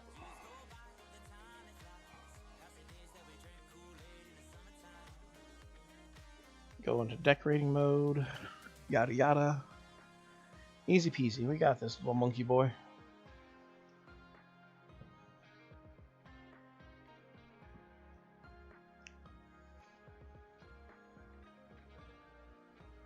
So much talking.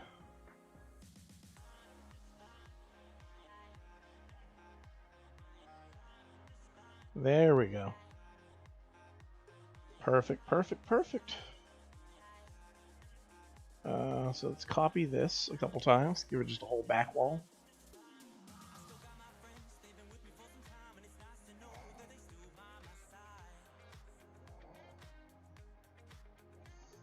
Move this down a couple. I like that. Cool, perfect. Now let's see what else we got here.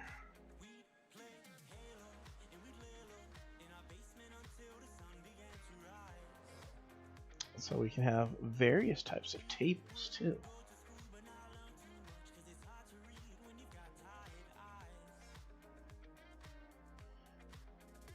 I like how they give you like a good selection. Oops. Hey you. Move. Sorry, Eloise, but you're in the way. So, the reason why I'm putting it over here is basically, I don't want it to be like the moment you come in, she's like staring at you. Like, I like this look. Oh, you know, it's probably easier if I like just move this over here. I don't want her like just like straight up staring at you the moment you come in. So plop that way. Perfect, perfect.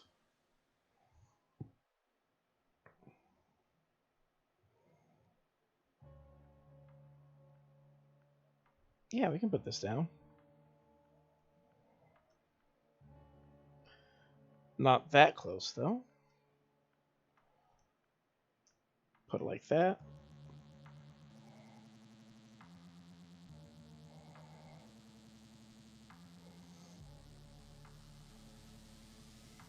What else do we got?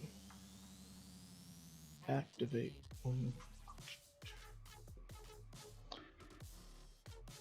Perfect.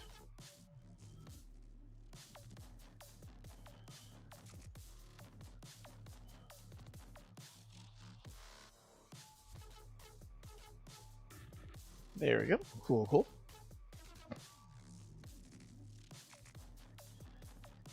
Do you have a rug?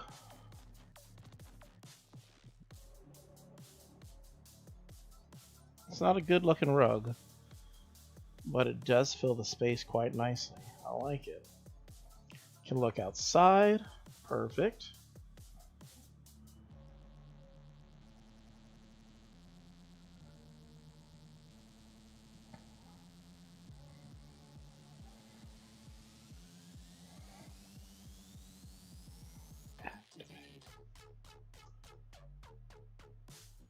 Does it block the window? Yes, it does. So we'll put it off to the side.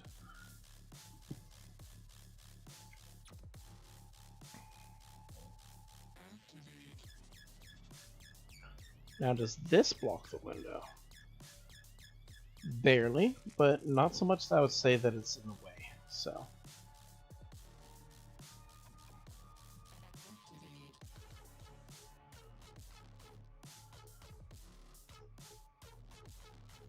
There we go. Cool, cool. Perfect. Now what can we put on top of these?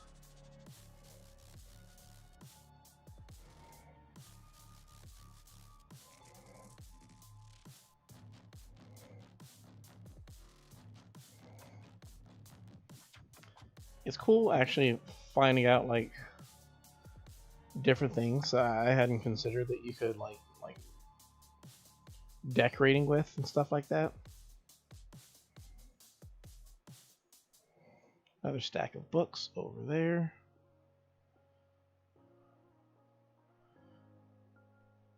Put a book right there.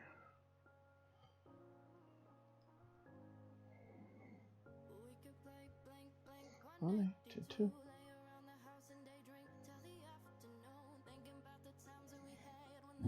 We could just leave that bare also.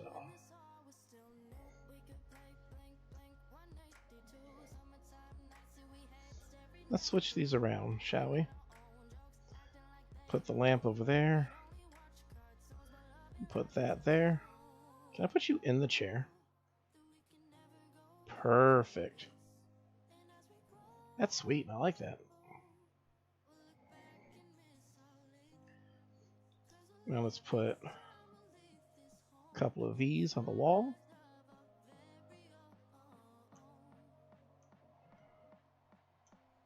We can blink, blink, blink. 1, 8, 2, 2.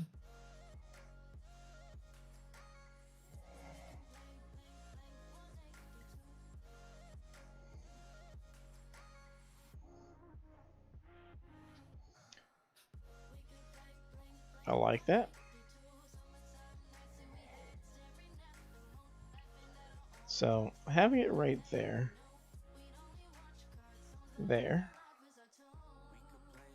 and right there, I think that's good.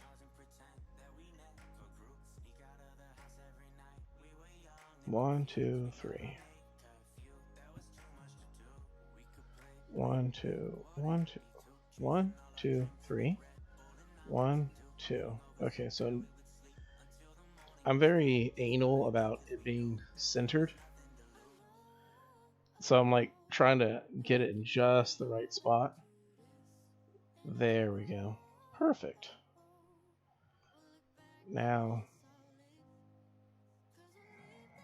I think that's it for the wall decor.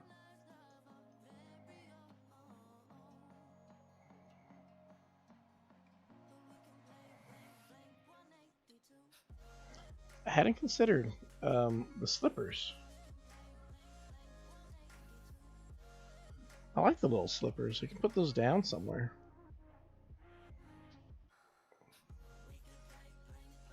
Can I change her outfit? That's the next question.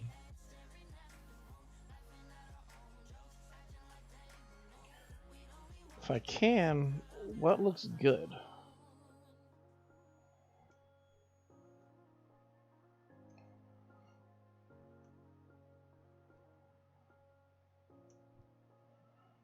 Can I put... Okay, can't.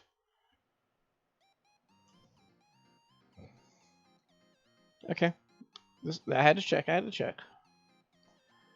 Slippers that match this area. Probably these red ones, or maybe these ones. Put them right there, right by the door. Seems appropriate, right?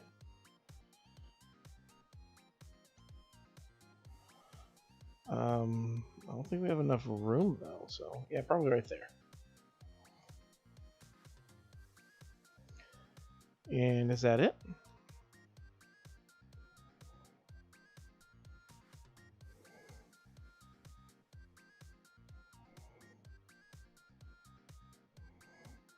I do like a good accent wall.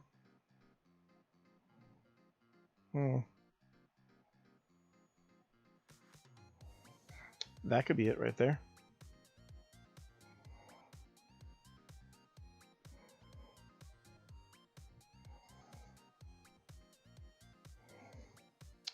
We can do variants of this. Oh. I think the base one was pretty good, but what do we got here? Floral swag.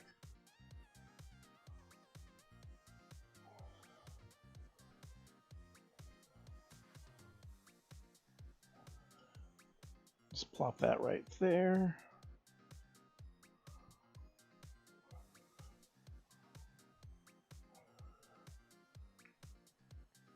And put another one over here.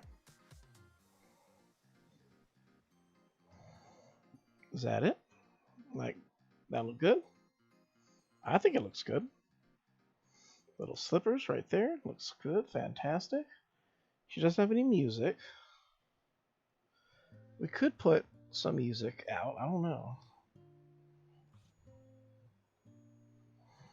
If we replace that dresser with the music, let's try that.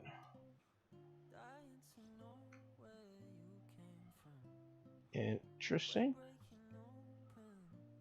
Everything. Oh, wow. So they have the things that are actually good, like things you'd actually like over here, which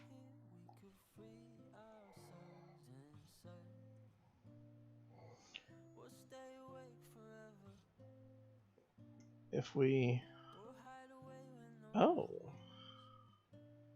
get rid of that and put this over here, and then we can accidentally get rid of that. So we'll have to put this down, copy that, move this over here.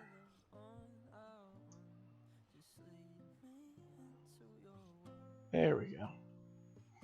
Put that back up there. Put this over here. There we go. Oh. Can change the picture. I like that. And we'll go with cherry. I think that matches better. Get rid of that.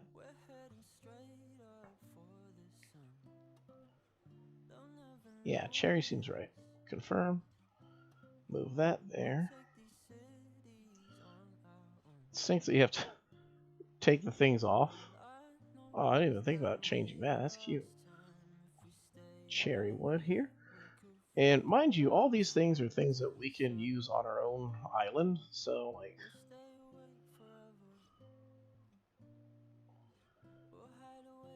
it'll be cool to be able to take these ideas and implement them on our own island.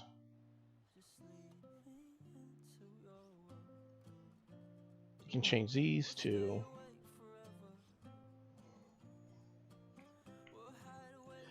good selection of books.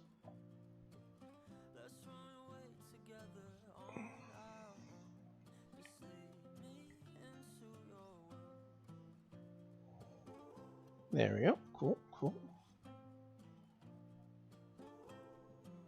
Oh, okay, we can change her outfit. So, we put her in the gray.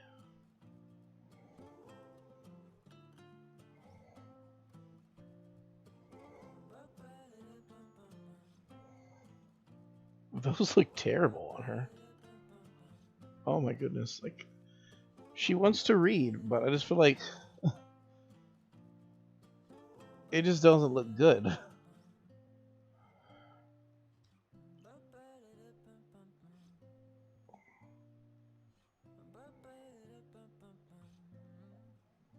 feel like these outfits just kind of clash with where she's at, but that works. Now you get out of that chair so I can customize that chair.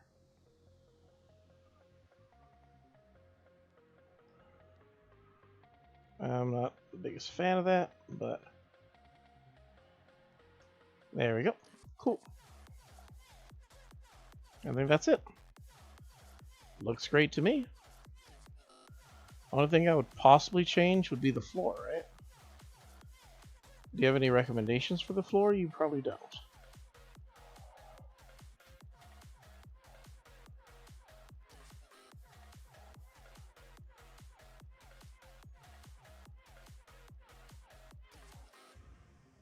Nope, I think that's good.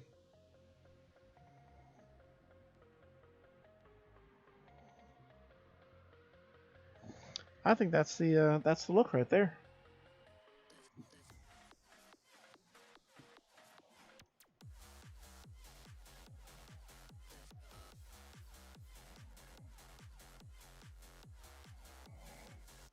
There you go. You're all done.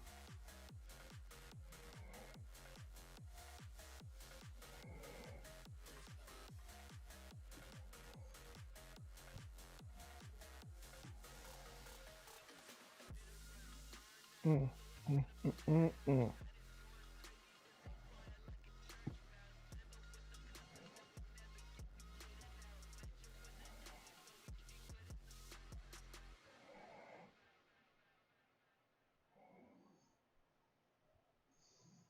I think one of the pictures that you take while you're here is supposed to be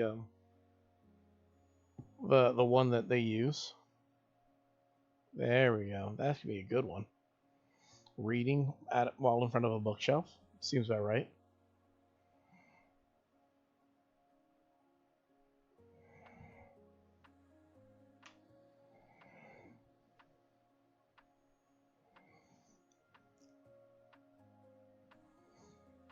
I'm glad she's happy.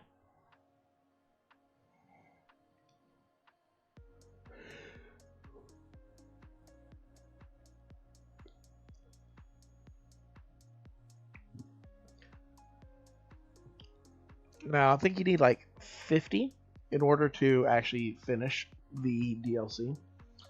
But again, I'm mainly concerned about learning how to cook, so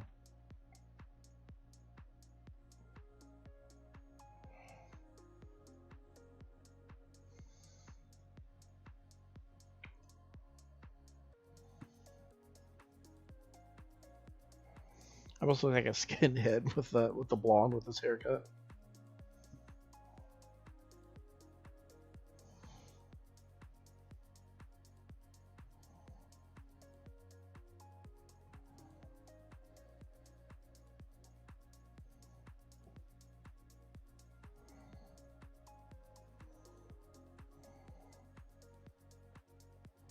Oh my, so much.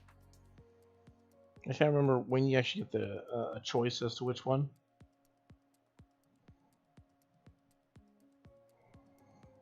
Pokey, thank you for this near useless currency.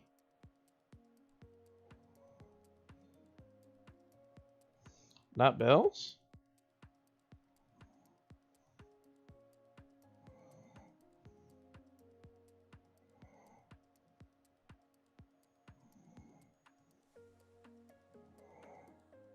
Interesting. Thank you for this currency that I can't really use effectively right now.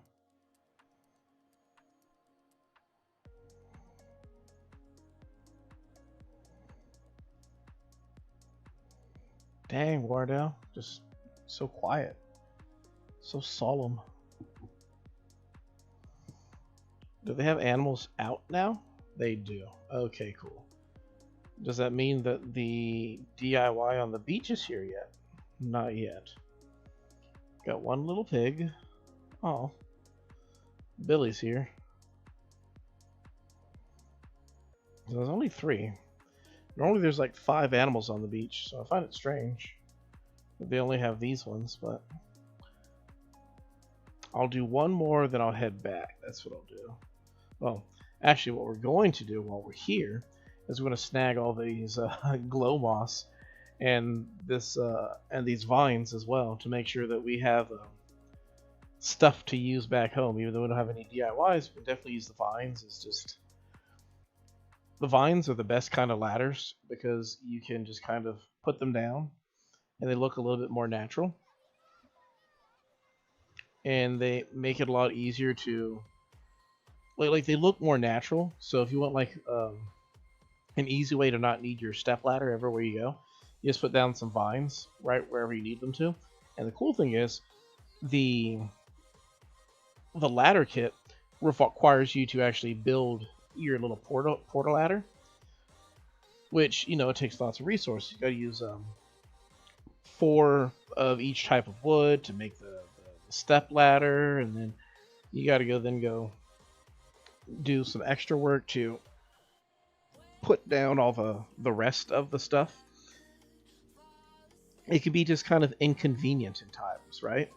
But with the vines, there's like no assembly required. It's just put it down, and you can have a whole bunch in your pockets as well. Like, let me tell you, it's so much more effective to use these. Now the glow moss, what does a glow moss do? Nothing. I mean, what the glow moss does do, you can use it for specific DIYs that you can find here on the Paradise Planning Island, which they admittedly look really dope. I like them, especially if you're a night owl, which many Animal Crossing players are, to be able to set these things up, and they have their natural glowing design wherever the heck you happen to be at in the evening. So they're definitely worthwhile. To my knowledge, I think you can put them on your island. They'll spread there, the glow moss, but you don't have to subjugate yourself to that when you could literally just come here every day and just gather more. I did not know I could swim in the ocean here. Can I swim in the ocean? Because they said I could put on the my swim trunks. Maybe it's just taking it as a change of outfit. But looking at our pocket, we got 14 vines. We can just set those up. Probably only need half those. Set them up all around our island where our cliffs are, and boom, it's just 15 right here. It's just easy peasy to have access to the higher areas. Trying to walk into a door like it just opens on its own. Darn city slickers. So you have to go upstairs, change into your outfit, and go back downstairs and go talk to some customers. So it's always fun.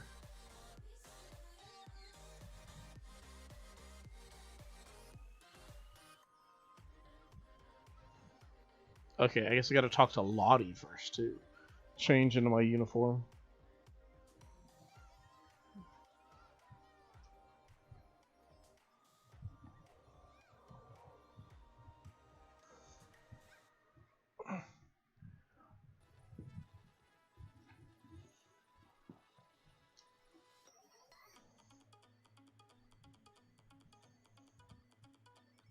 Promote our vacation homes.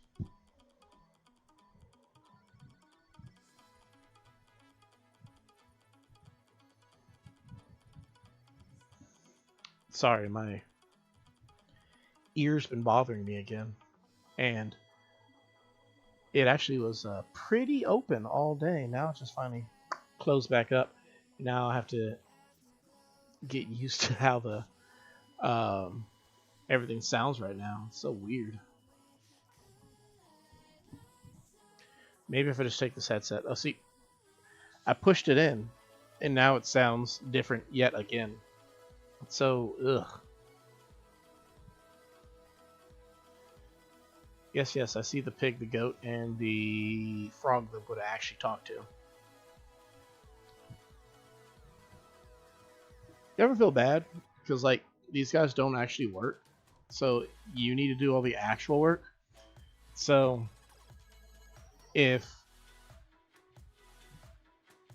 I, like, don't actually show up to work, or all the times that I show up just to grab some Poke Exchange, they never actually get their houses built.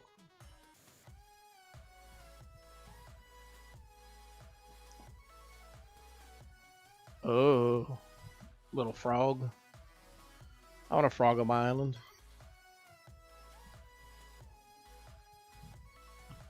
Ribbit.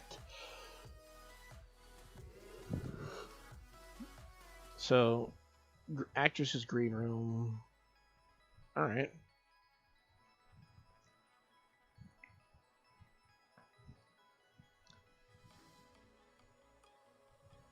She's actually not good for where we're at currently. What I'd like to have is the ability to um, put up dummy walls.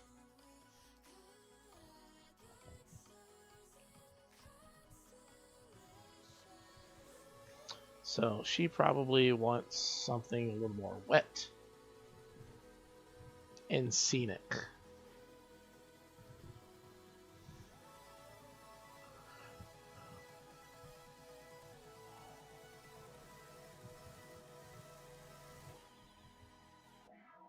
Maybe there. Well, that's cute too.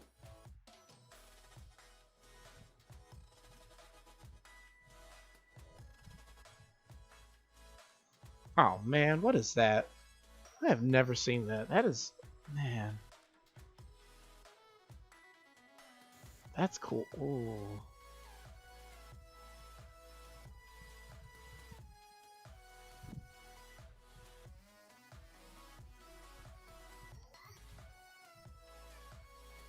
It's just a rock.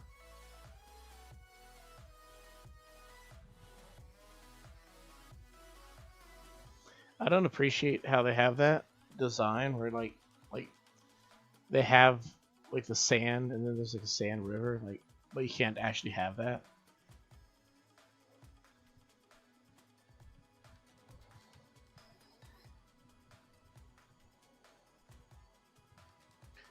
I think the answer we're gonna go for, that's just a little city area.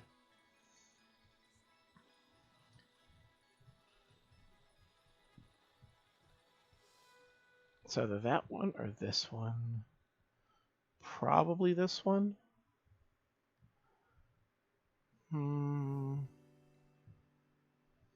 What is this thing? Oh wow. Put a penguin on those.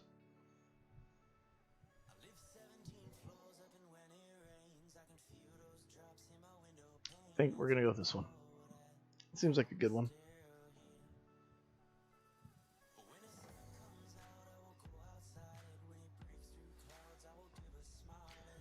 Know that I'm still here. Sometimes I want to run away, run away.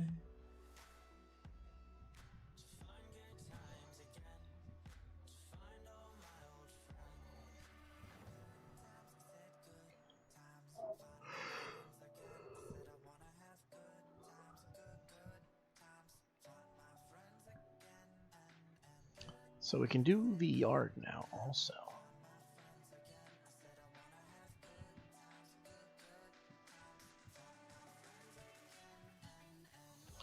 We can change the season, change the time and weather. Alright, cool. Wait, we can move the house? I had no idea you could move the house.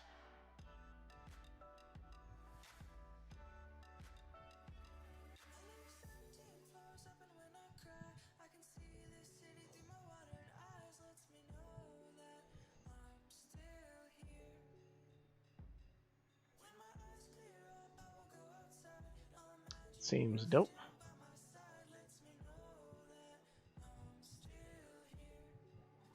Change the season too. Would prefer a spring season?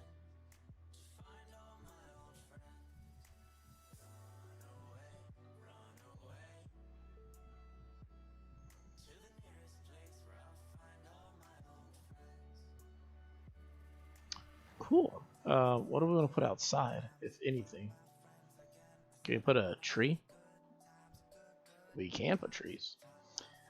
Cool, cool.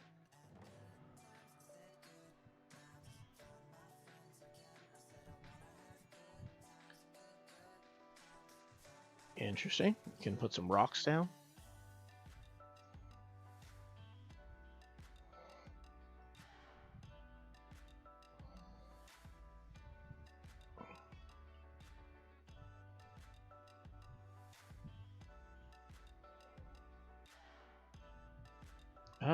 Okay. Good times, find my friends again. Wanna have good times, good times.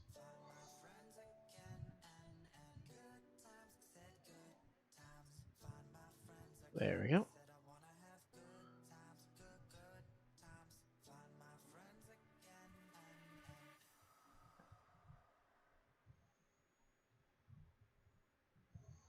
Can put the coconut tree without the Oh, what's up, Techno? How you doing, buddy? I am decorating um these little island houses for some animals over here. It's basically a cool. This is Animal Crossing's version of DLC, essentially.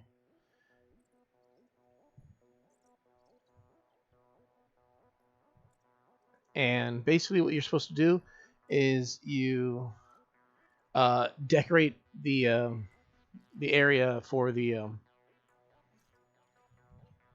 animals so that they can, like, come around and whatnot and just kind of live their life.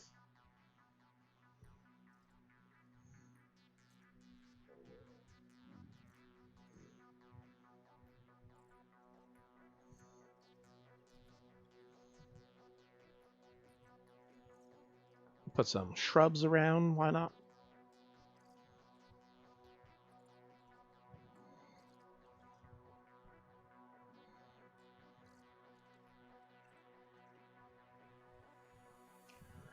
The weeds.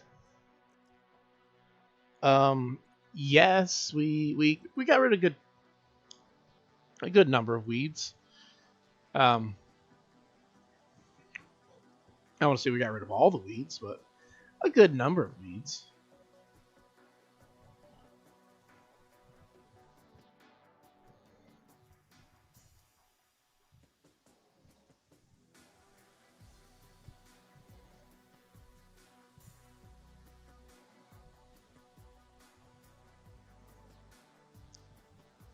I'd say we got rid of enough weeds to say that we got rid of some weeds.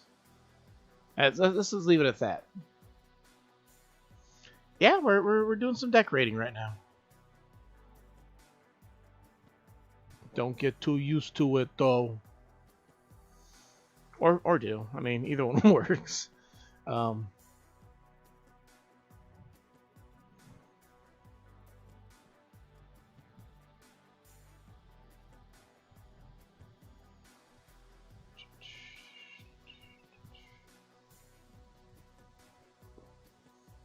just trying to get a couple of these out of the way. We just unlocked the DLC, so I want to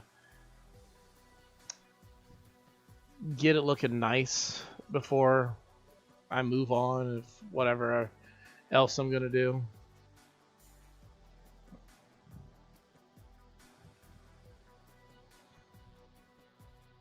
We don't have access to making a path yet, so alright, cool. We're gonna go inside now. Oh yeah, you would get used to it. Why you bully me? Why you bully me?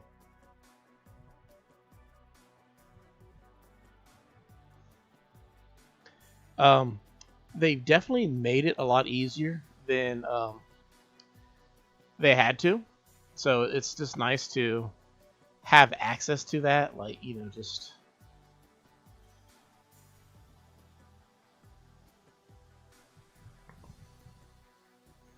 Did I put that on there? Oh my goodness. All of her requested items just in one spot. Actually, what we can do is move it like that, right? I keep thinking she stitches over there. Set it up like that. Because she wants to be an actress. Like, that's her vibe. Actress green room. So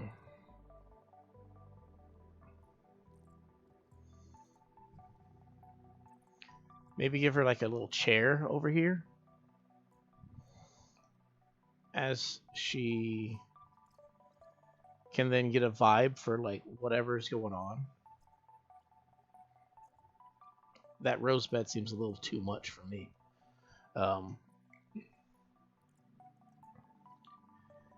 Let's give her this table.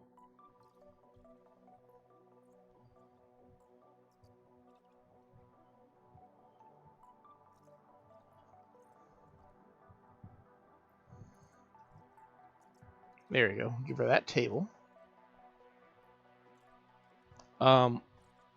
The editing mode, you just kind of want the peacock chair. Basically, you just kind of when you're inside of a house, you can you just press the top one of the D-pad buttons, and it goes into the editing mode.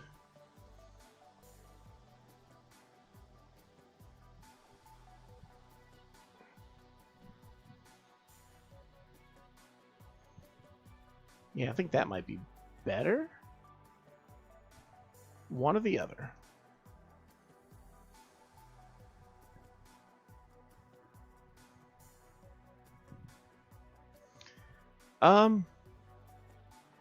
It's definitely can be fun, but it also can be a bit tedious at times too, having to decorate so frequently. It's one of those things that like it's either your jam or it's not your jam, and many times it's not my jam, so that's why I might not do it like as frequently as I could be doing it.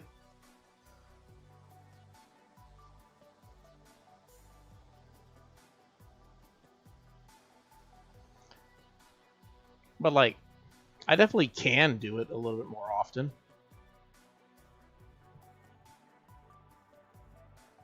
No, I don't want that. I want that one. And then we can not do that. Change this to... Oh. You can put a cloth on the table. Okay.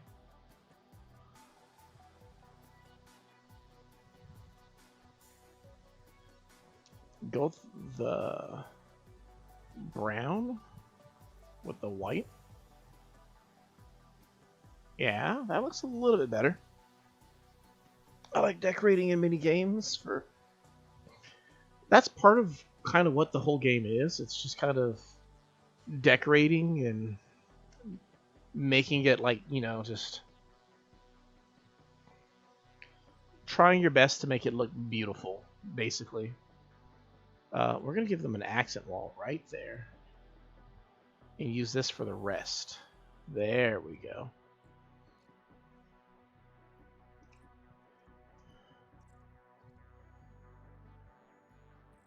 She has these rugs, but quite frankly, these rugs are ugly.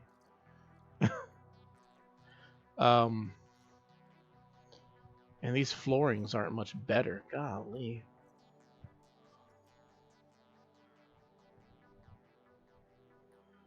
I'll definitely get a water cooler. Why do I need a water cooler? Well, it doesn't go there, that's for certain.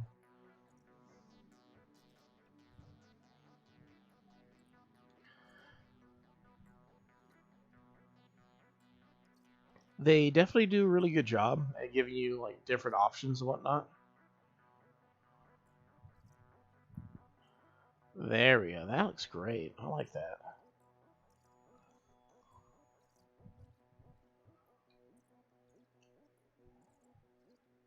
Now, I got bread. Cool. I want plants. Like maybe the fan palm and then that other plant. No, I want this thing, the Scheffla, in a fan palm. That's what I want. Put that back there. This goes over here.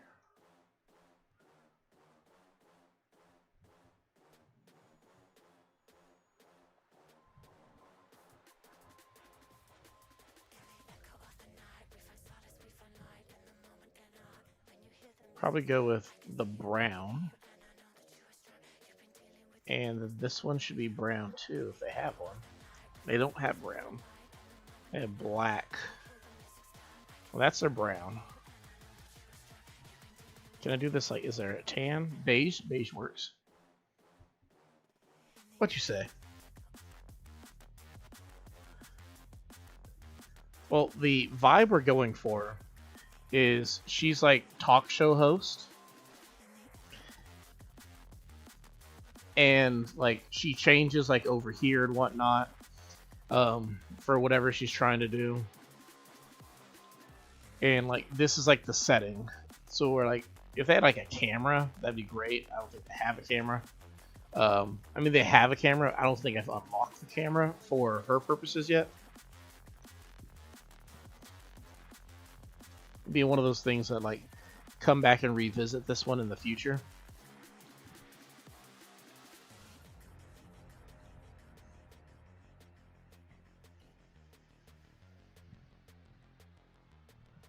Oh, we got some spotlights. That's cool. As long as it's black, we can use that. Copy that. Put another one right here. Good, good. I want to put something on that table. What I'm going to put on it, I don't know yet.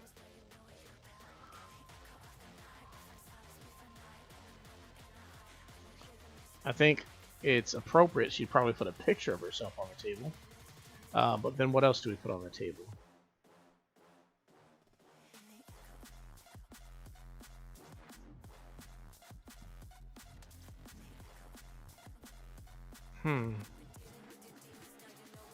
So we'll put her picture on the table. Gold framed, obviously. As well as this thing, the phonograph. So the phonograph goes right there, her picture goes right there. She needs to be spruced up.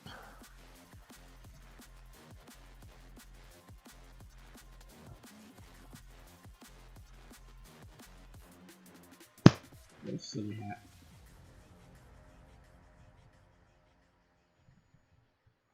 So the more we do, the more she'll have access to.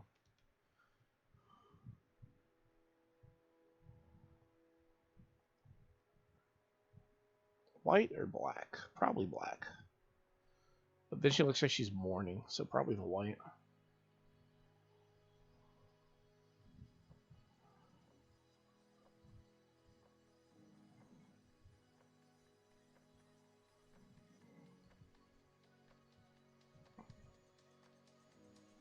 Maybe.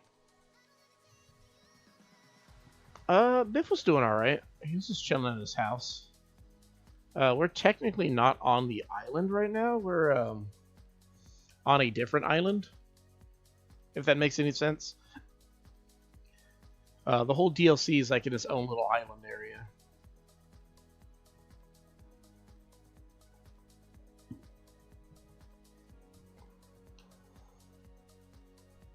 Oh, your eyeliner's green? Or your eyeshadow? So probably wear the green one. There we go. Much better.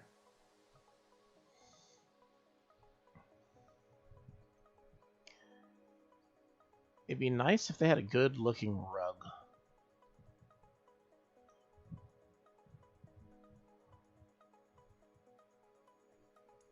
Maybe this big ugly brown thing? There we go. It's the Paradise Planning DLC. I actually don't know how much it costs because if you have the Nintendo online membership, I believe it was free for anybody who had the membership. And still is, technically.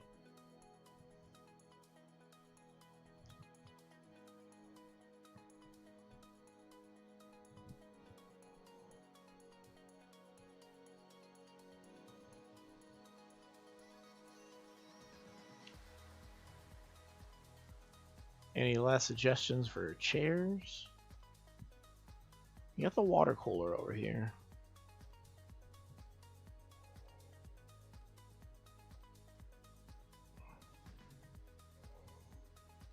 Hmm. You have to sneak past her to get there. Kind of want to put like a table over here, if possible. Well, it'd have to be a table with snacks, but I don't think they have any snacks. I mean, there's bread. Yeah, we can do bread. So now we need a table to put the bread on. More wood chairs. No.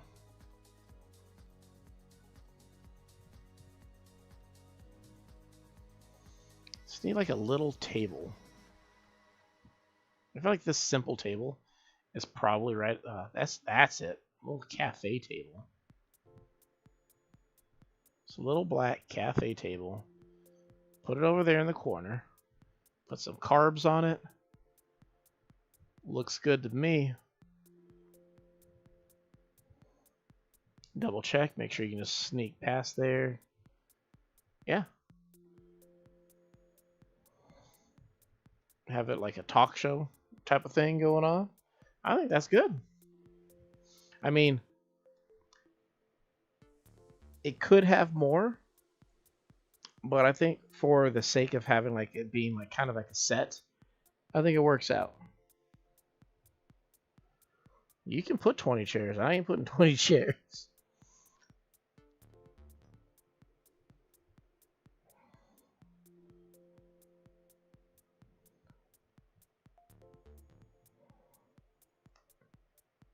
As if I can hear it. All right, cool. All done.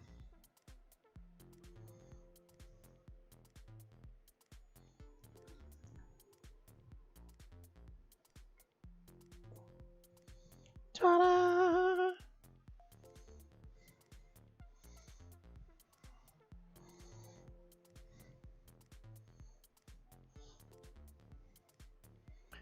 Gigi, an actress's green room. So it has like the little area where she can like, you know, hypothetically change into her acting garb for whatever she's doing. Like imagine it's like a talk show type of thing. And then like the actual talk show is like there. Like she would sit in the chairs, like one of the chairs, and then she'd have a guest in the other chair, and then they'd like have music playing in the background. With a picture of herself, obviously, because she's probably a bit of a diva. I think it matches her personality quite well.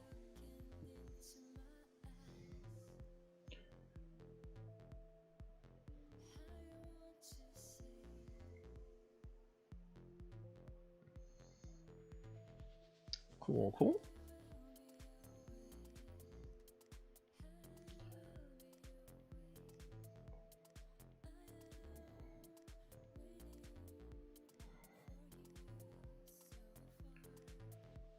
Ribbit.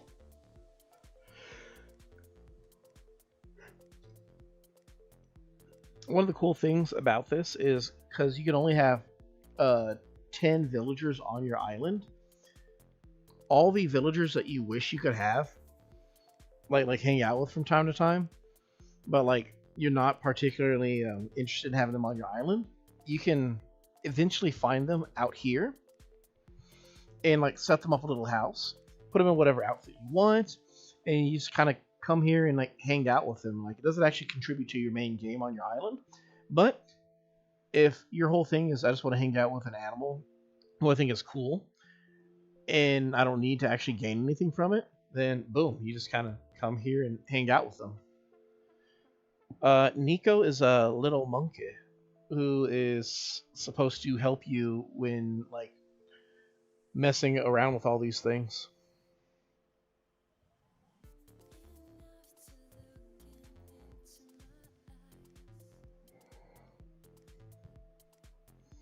So just gotta take a picture.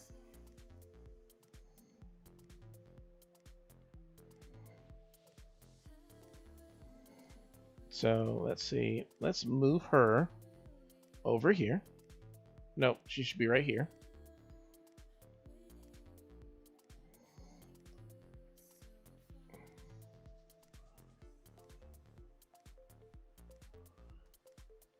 Let's see if I can get the camera out.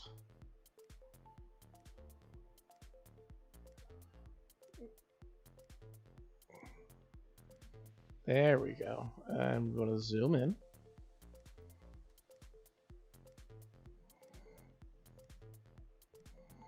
And R, get there. Look over here. No, we want this one.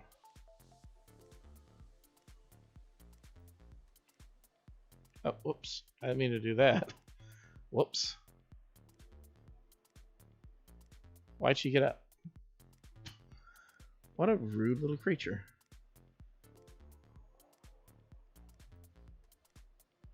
I need you to actually be in your actual chair. Thank you. Girl, if you do not sit in your actual chair, I'm going to beat you with a sock.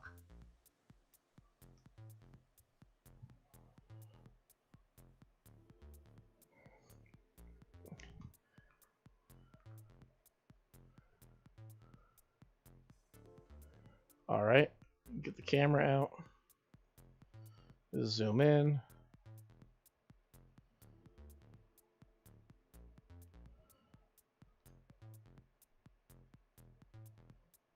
There we go.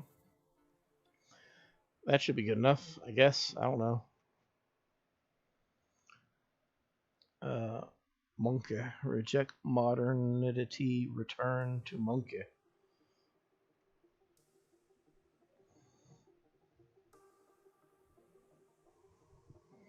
I like how she teleported outside and beat me.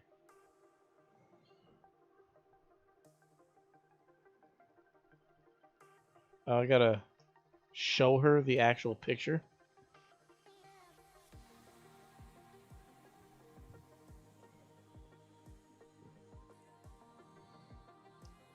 That's gonna be our new theme. I'm gonna make sure I'm in every single picture I take.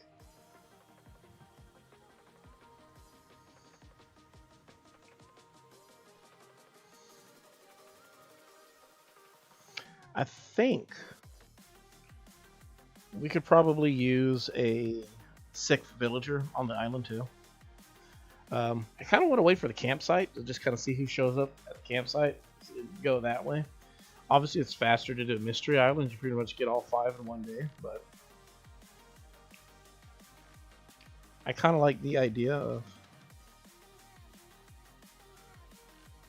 everybody loves the monkey.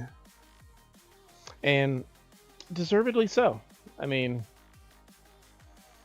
it's a cute character. Shows Nintendo they still got it. They know how to make an adorable character in whatever game that they're designing. So Nico's definitely a popular pick, and he's going to keep reoccurring. Hopefully, if they make an Animal Crossing New Horizons sequel that kind of builds upon the foundation, you'll definitely get to see Nico in the future. Will he be DLC yet again, or will he be an actual full-fledged character? Who knows? If I had one thing that I'm requesting in the future for it, would be one of 2 things. I wish they would double. For the love of everything, just double how many villagers you can have, because the idea that you can have 10, which by no means isn't small, it's a lot, but the very first game had 15, and no game since then has had 15. Am I going to play Duskbloods? I have not planned on playing Duskbloods, but I have heard that it's the information I have on it is that it's it's like Bloodborne, but it's made I think it's made by the people who made Bloodborne or something like that, but it's going to be a Nintendo exclusive, I think. I'm not entirely certain.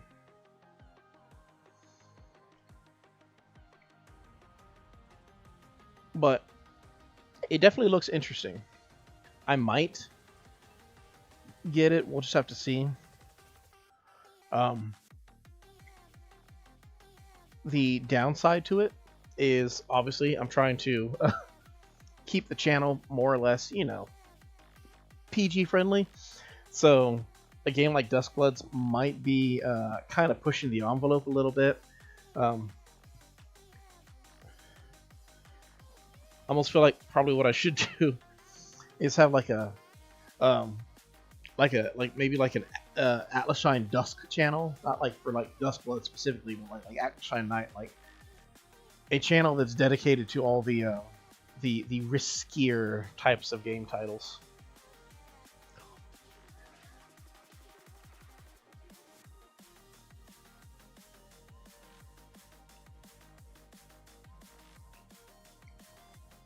I think we can do one more, probably. We'll see. I mean, we can do more, obviously, but the main thing I want to make is the restaurant so we can get the cooking DIYs.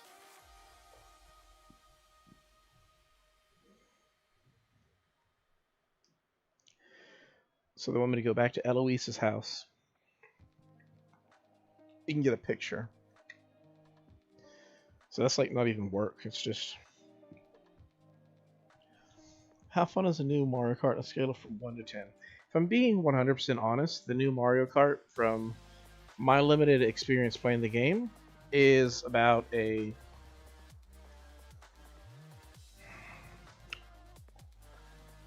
I would say it's probably a 7. Like, I'm not trying to sound harsh. Um, let's look at the positives first, right? It's a Mario Party. Not Mario Party, Mario Kart game. So you can't go wrong with that. You drive around, you have fun, um, having a blast, you know, ruin your friendships and whatnot, all that stuff. It's just, it's definitely a fun game, more or less. Like if you like Mario Kart, you're going to like Mario Kart World Tour. Um, it has some cool new things that are added to the game, and for the most part, it's pretty cool. Now, the downsides to Mario Kart World Tour that make it a hard game for me to really, really like, first and foremost, like, I get it. Um, Terrible things have happened by people who share a name with the prolific rapper, but put Diddy Kong back in, like, please, like he the monkey did nothing wrong. Um, you take out a character who's been there for quite a while, and you replace it with a bunch of weird characters like the dolphin and the cow and the crab, and like there's a lot of characters in there that like nobody was asking for. I mean, it's cool to have them if you like something weird, but it just felt kind of weird to lose the Kong, and in exchange you get like crabs and whatnot. Um, Other than that, if you like Mario Kart, it's a great game. If you're hoping that they were going to have some sort of amazing new change, that like ground shaking change that really makes the game, pushes it to the next level, you're not going to find it. The game is pretty by the books, a Mario Kart game. If you love Mario Kart, then you'll enjoy this game. If you're hoping that Mario Kart might be a little bit different, then you'll probably be disappointed. And all in all, like at the end of the day, like if you love Mario Kart but you also want the change, you're probably better just playing Mario Kart 8 Deluxe on the Switch One, or just put it in your Switch 2 and play it there. There's probably a big enough player base still there. So,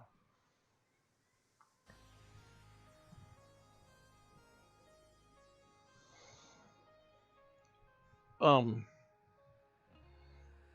would I pay the box price for Mario Kart World Tour? I probably wouldn't have, or if I did, I probably wouldn't do it anytime soon.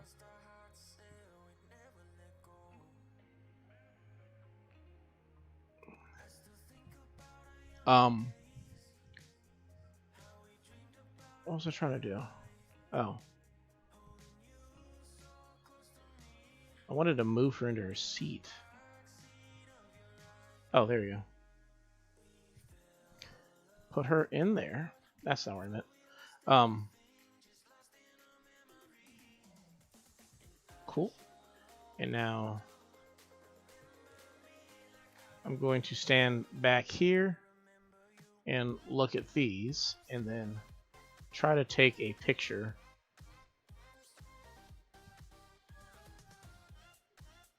of her in position. There we go. Move myself over there. And boom. Perfect.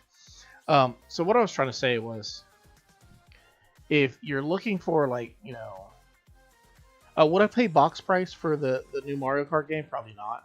Or I wouldn't play it anytime soon.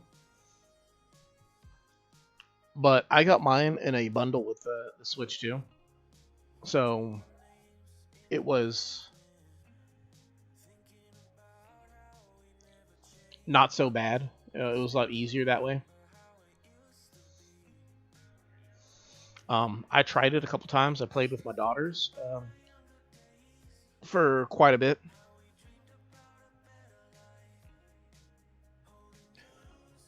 She's an elephant, obviously. You didn't see her.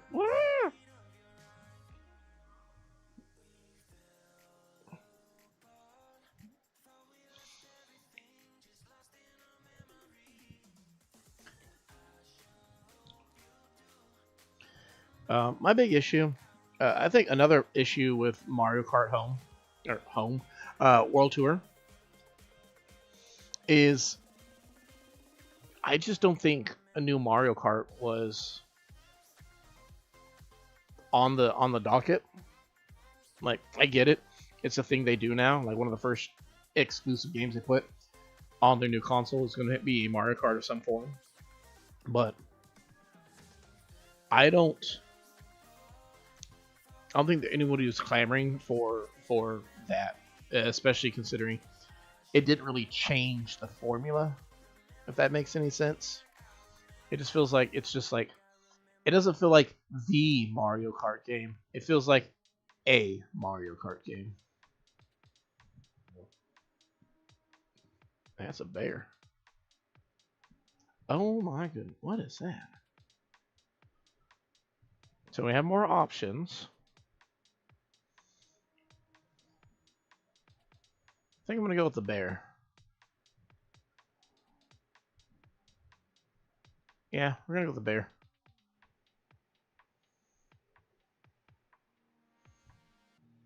Have I ruined? 0, because I never have any friends to play Mario Kart with. I've ruined my brotherhood with Smash Brothers because I'm in that category of I suck too much to be a pro, but I'm good enough to ruin my bro, if that makes any sense. Oftentimes when we play, it's about 20, like 10 to 20 rounds until eventually he gets a win on me, and then it's like, all right, we're done. Pack it in. A painter's retreat. That's cool. Cool. I like it. I'm imagining it right now with my head. I don't have enough stuff to make what I want, but I think we can work with this. Basically, his 3 items just kind of work together. Just put a chair on the little up to the table, put his paint set on it, and he just needs to have something that inspires him to do the painting, right?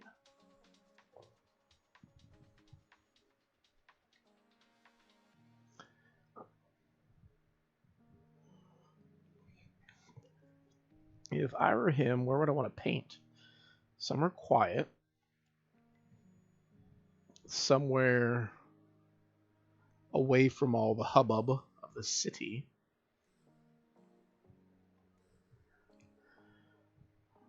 I mean, that's definitely a spot right up there. Yeah. Oh.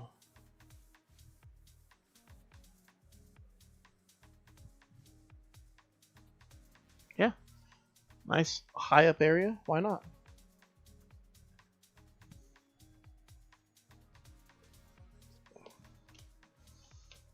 Take another bite of my food that's like ancient and cold now.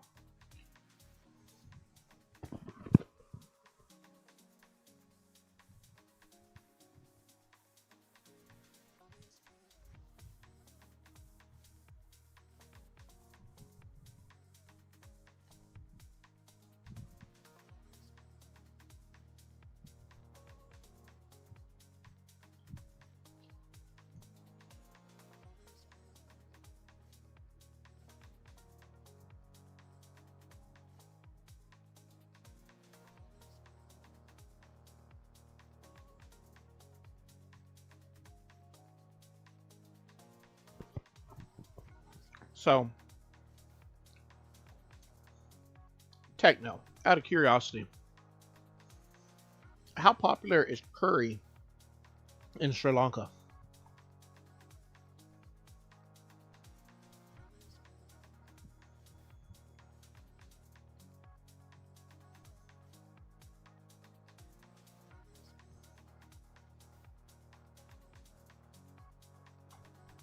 I did eat on time. I just didn't eat all my food.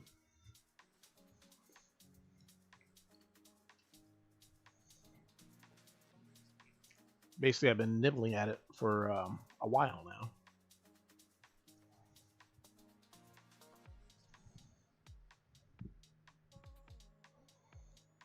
Kind of like that.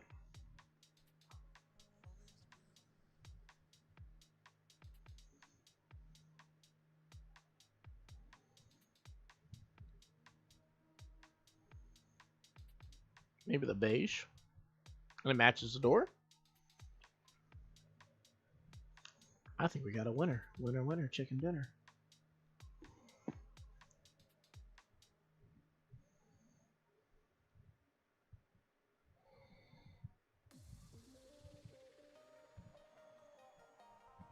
Now, how do we put down a tree? There we go. Tree.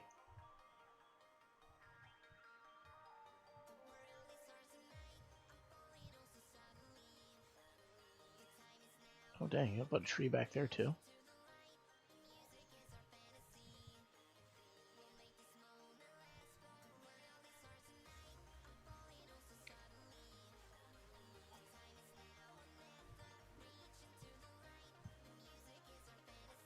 Put another one over here. Perfect. Let's see. Dude, you can go to any shop and there will be at least 4 curry. Wow. I believe you. Um, I ask because I got curry locally. Um, it's what's it called? From a local restaurant, and it's honestly it's quite delicious. And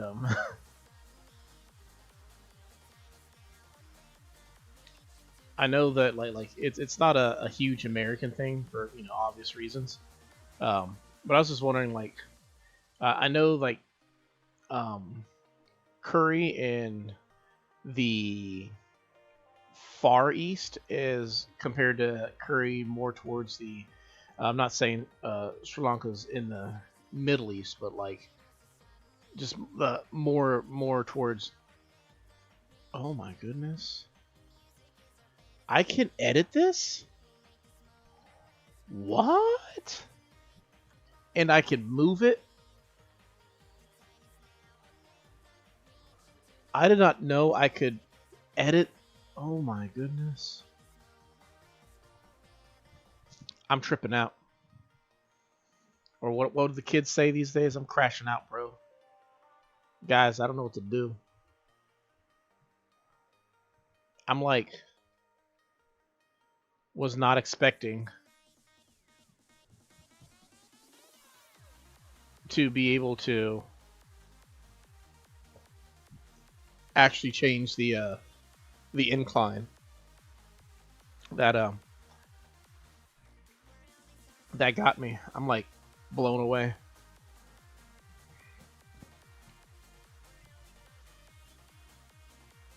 One more thing we'll put down over here on the outside is anybody who's ever like done a painting can attest that you're definitely gonna need a little trash can. Where'd that little trash can go? There it is. Can I make it green? I can't make it green, but I can make it dark wood.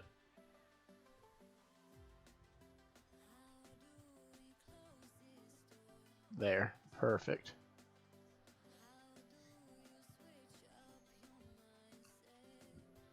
I mean, India's right to the north, right? So I can imagine why there'd be uh, some parallels. What they think of me. Give Kurt something on the inside of the house.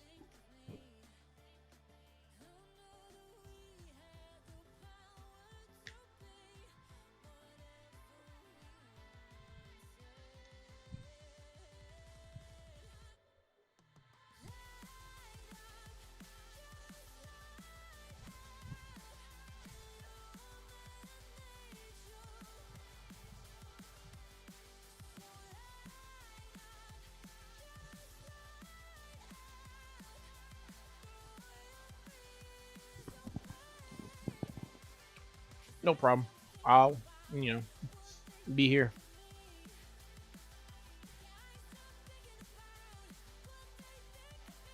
I think we'll put that one on the far wall.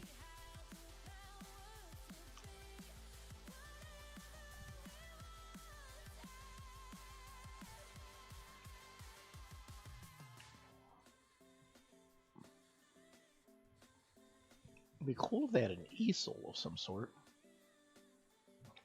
Hmm.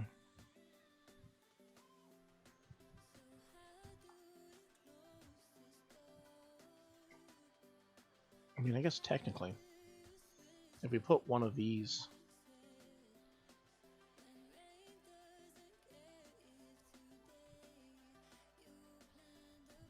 that's kind of tiny. That's want a big one. There we go. That makes sense. Though, what we can do is we'll put that over there. And we can put like these other ones like over here, like off to the side. So they're kind of like his other artwork that he's tried to do.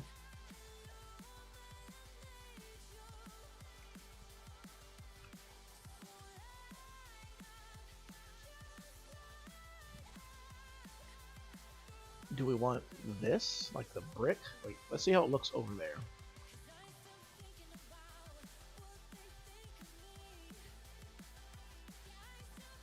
I think maybe the brick, or maybe this.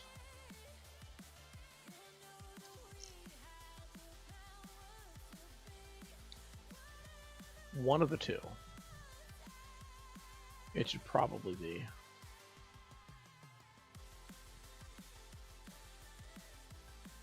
One of the two bricks. We'll go with the white brick for now.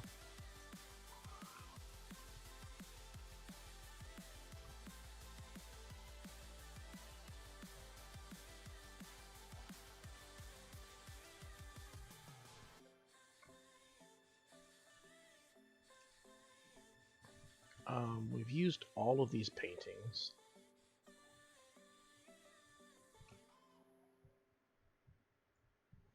I'd like some sort of a stool for him to sit on. I mean, maybe not an actual stool, but we can do an actual stool.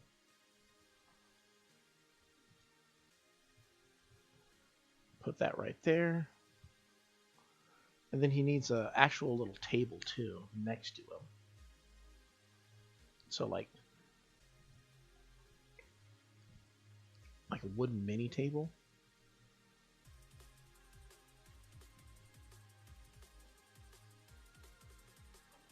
And then we'll go back to his items that he actually wants us to. Oh, not everything.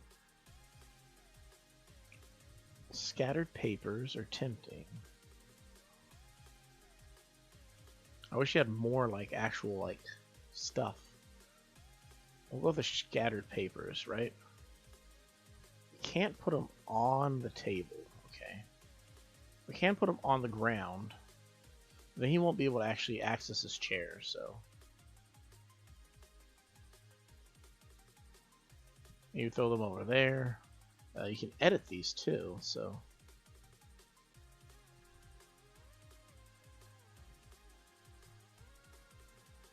We'll do that, but then we'll also copy it and do like plans too, and like put like another one like over here in the corner. Welcome back.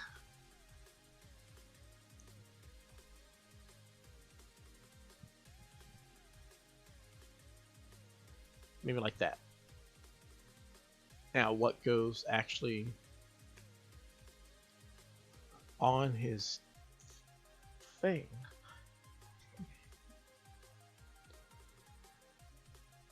Just like another painting set, maybe? And we can change this one. Make it white.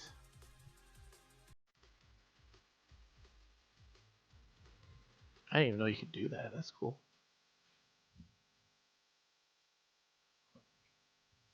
Wait, I have roads in Sri Lanka? I was told that like it's like there's no roads there.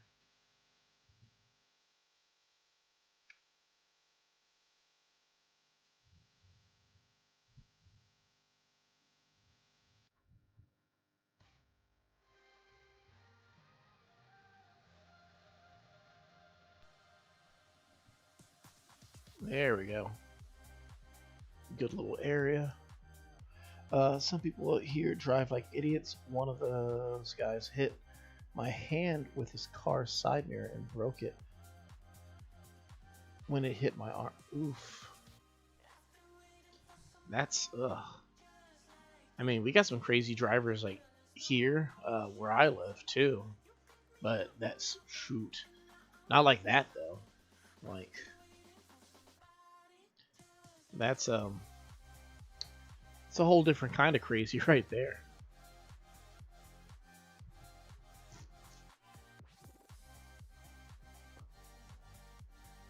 Alright, I think what we do is you put all these over here, right? Like just off to the side. So like a whole bunch of other stuff. That way we can put some sort of like a little kitchenette area over here because he clearly wants to eat.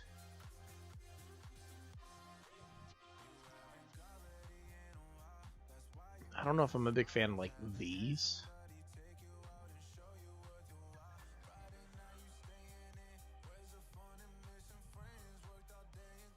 Oh, your arm broke his side mirror. Okay. I thought you were saying that like his side mirror broke your arm.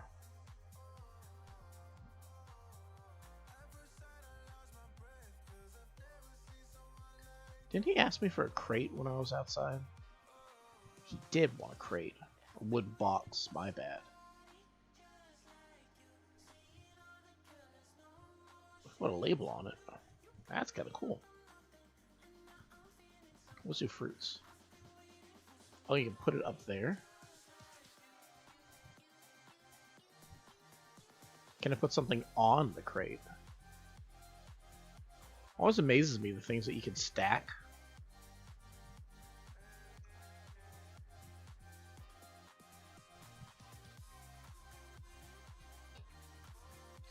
Maybe that, and some bread. Bread's kind of overused at this point, but who cares? But I want this there. Cactus is in the corner. And this goes right here. It's rattan. Do we have a dark brown? We don't have a dark brown.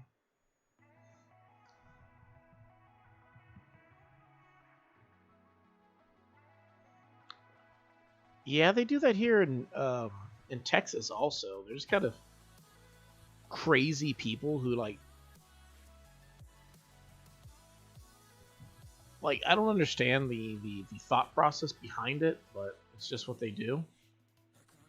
Ooh, I want the shopping bag. Sorry, Brad. You're out of here.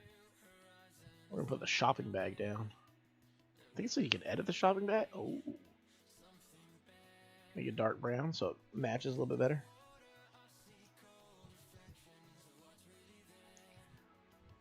Now I want something that hang like wall mounted stuff. What do we got?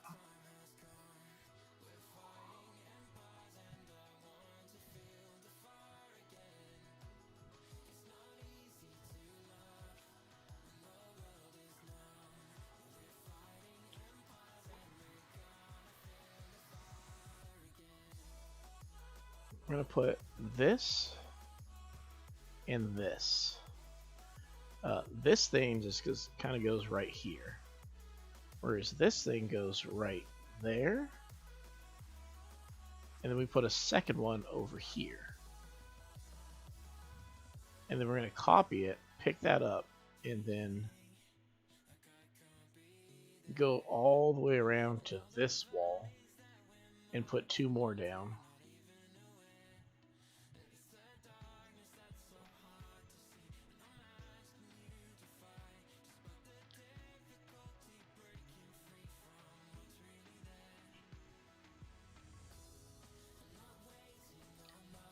I think that looks good.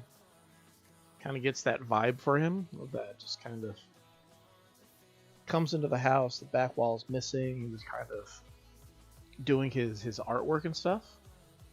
I mean, we kind of have a limited amount of stuff, but the fact that, mind you, let's edit him real quick, give him the proper attire, which would be, he's a bear. Maybe not, if we do it with this. No.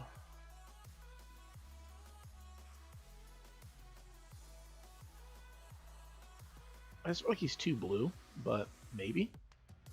Now, why do they offer him glasses? I don't... Oh, they're not bad glasses. But if we go with one of these colors, then I probably want like something a little bit different. Maybe the brown and white.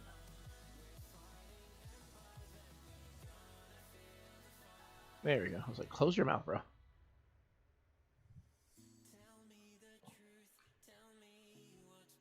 There we go. And then you're just like painting, right?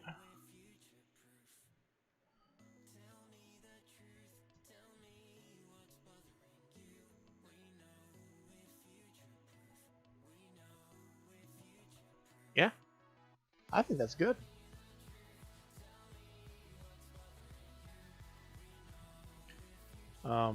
What we can do is maybe move it back a smidge, so like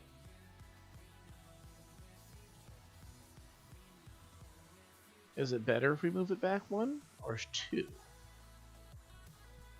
I think 1's good.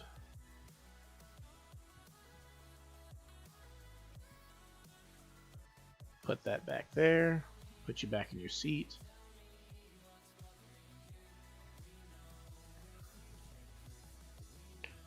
Try the fried rice. Is the fried rice Uncle Roger approved?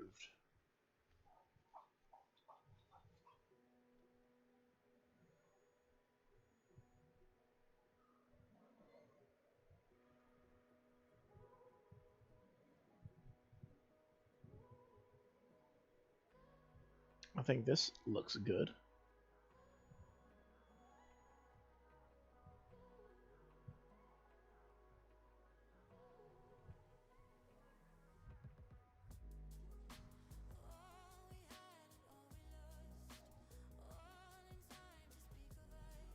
Kind of want him to like look more towards at his thing, but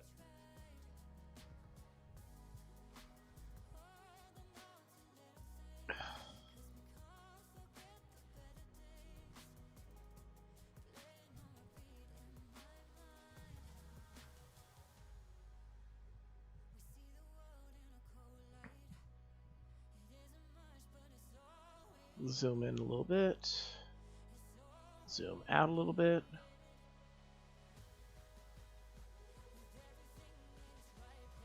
And voila. He's from Malaysia. Of course he knows about Sri Lanka. How would he not know about Sri Lanka?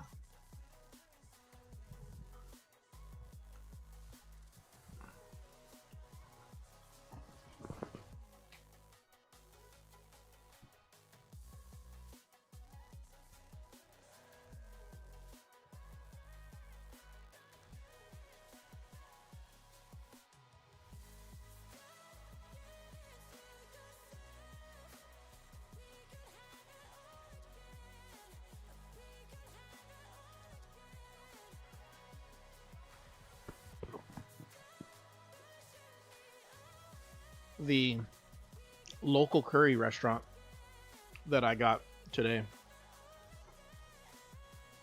the flavor I went with is a local flavor called brisket.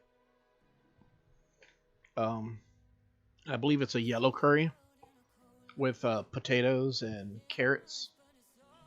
Um, well, mine was actually mushroom, but I had them add the brisket to it.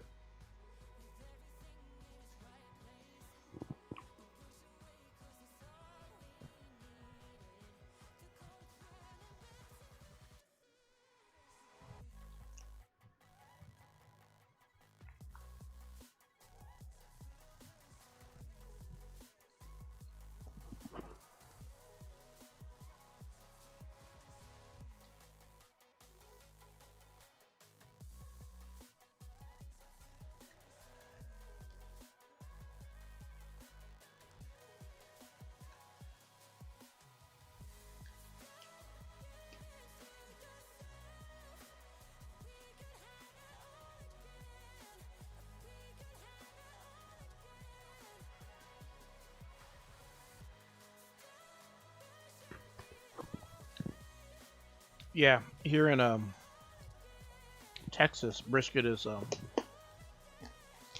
popular, and well, deservedly so. I mean, it's at home, right?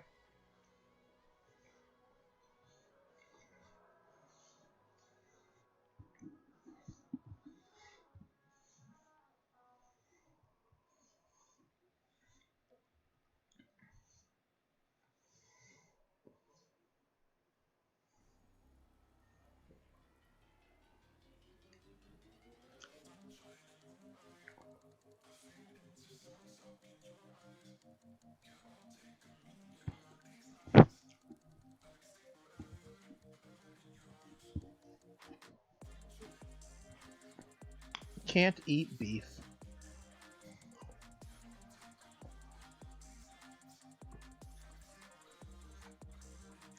D- Is your inability to beat to eat beat? Is your inability to beat? Is your inability to eat beef due to acknowledging the cultural circumstance, or is it because like basically like do you not eat it because that is your lifestyle, or do you not eat it out of respect for the lifestyle of the people around you? That's what I'm trying to say.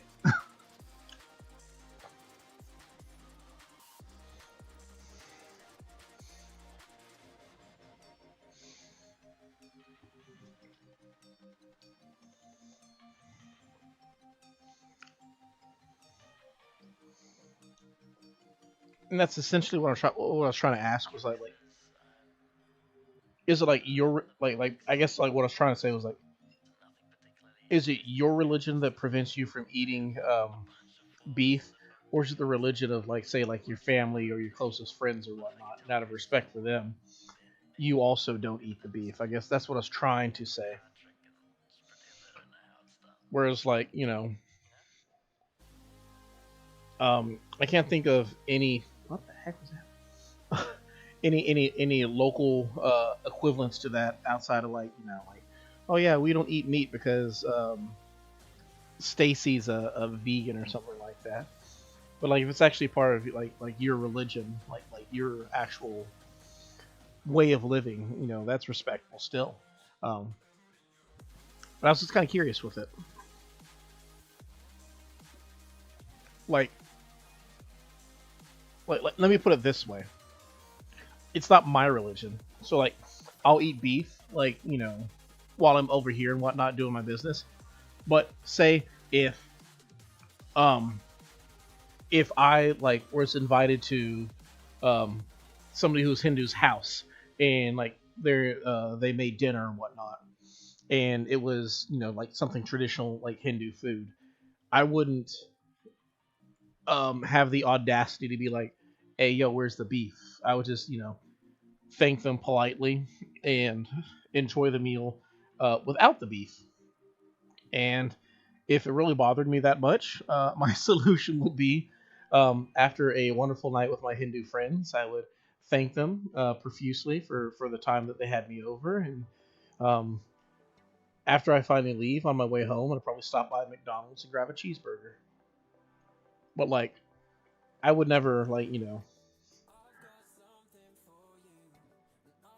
intentionally try to um, offend anybody in their own home with their own lifestyle or anything like that.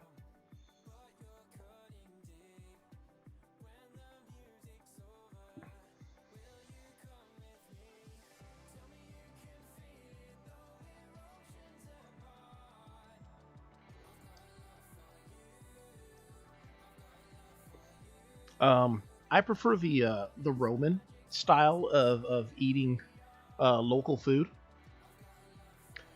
which is it's based off the old saying, "When in Rome, do as the Romans do."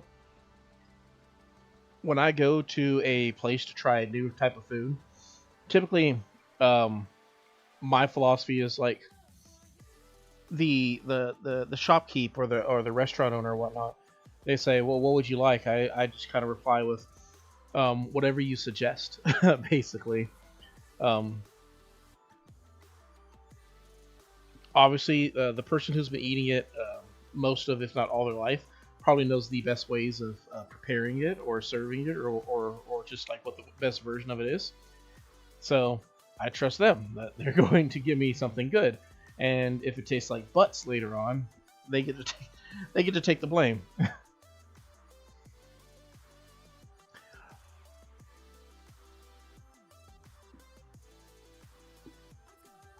Well, you can correct me if I'm wrong. This is based off of my very minimal knowledge of Hinduism, but if I remember correctly,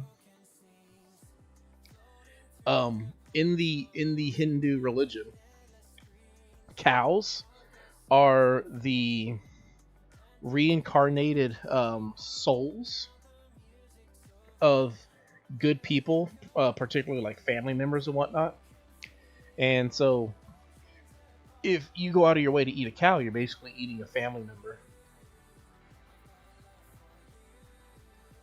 Now, mind you, this is based off of my, again, very minimal understanding of the Hindu religion. And by all means, correct me if I'm wrong, especially if I'm dead wrong, because I'd rather be better educated on it rather than just spouting nonsense, especially in a public setting where people can be like, "Wow, really? You believe that?"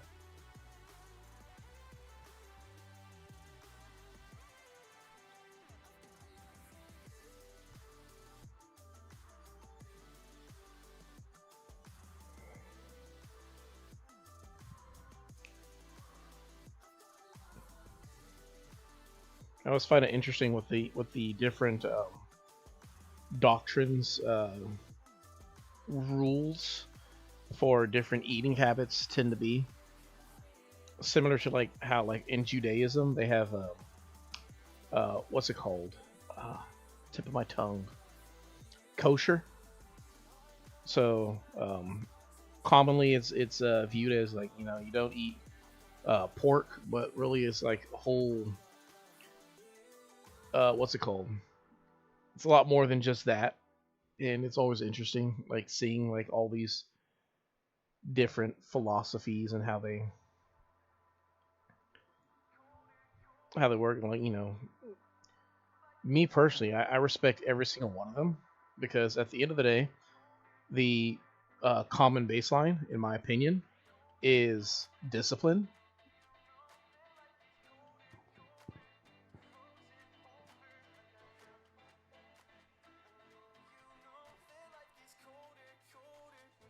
Ah, and that makes sense. Like it makes 100% sense.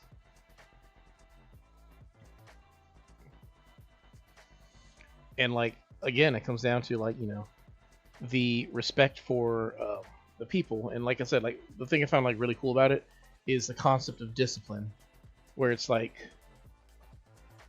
okay, yeah, I don't eat I don't eat this kind of meat or this kind of thing or whatnot because my doctrine says so.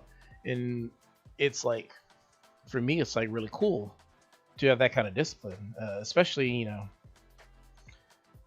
from my perspective, it might be kind of ridiculous, uh, given that most of them are completely unaware of what I'm aware of.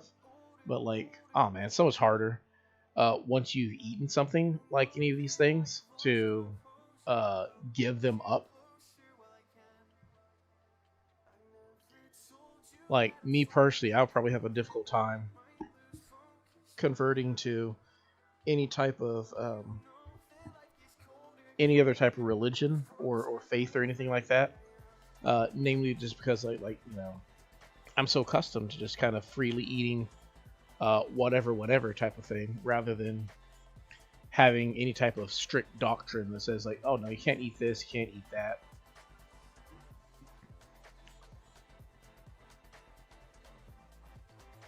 I've tried a few times to do something similar to that, but it never turns out.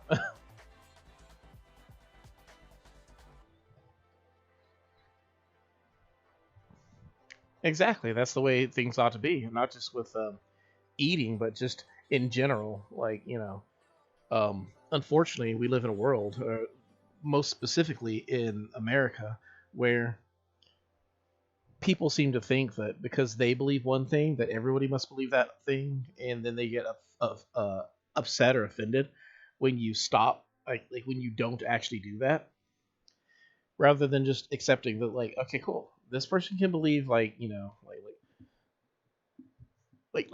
the simplest thing for me is like, okay, there's a cube in front of both of us. I see on my side, I think like a Rubik's cube. And from my side, I see it's blue, but then on your side, you see it's red.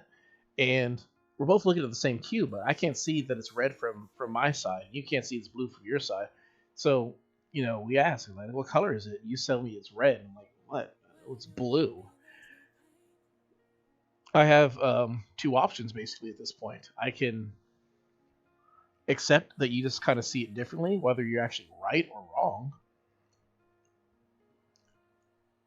and accept that, okay, maybe you're just a little slow, maybe you're a little dumb if you're clearly looking at something blue and calling it red, or I can get upset with you for your hot take on it, and one of these leads to us not liking each other, and the other one is just like, it just is what it is, and that's the way it should be, personally speaking.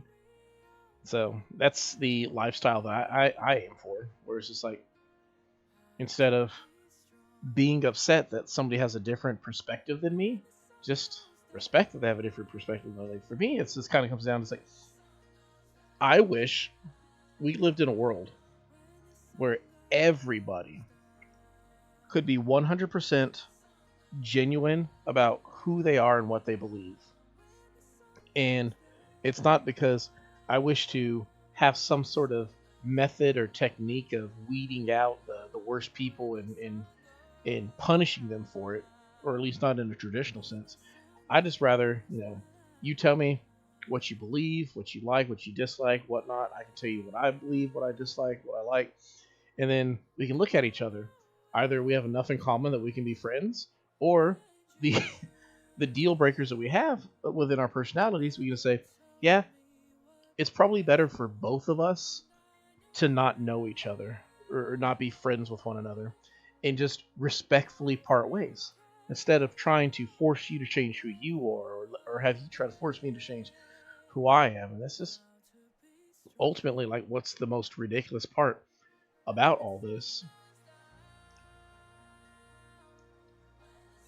But again, as I prefaced it, unfortunately that's the world we live in, especially in the United States, where it's just,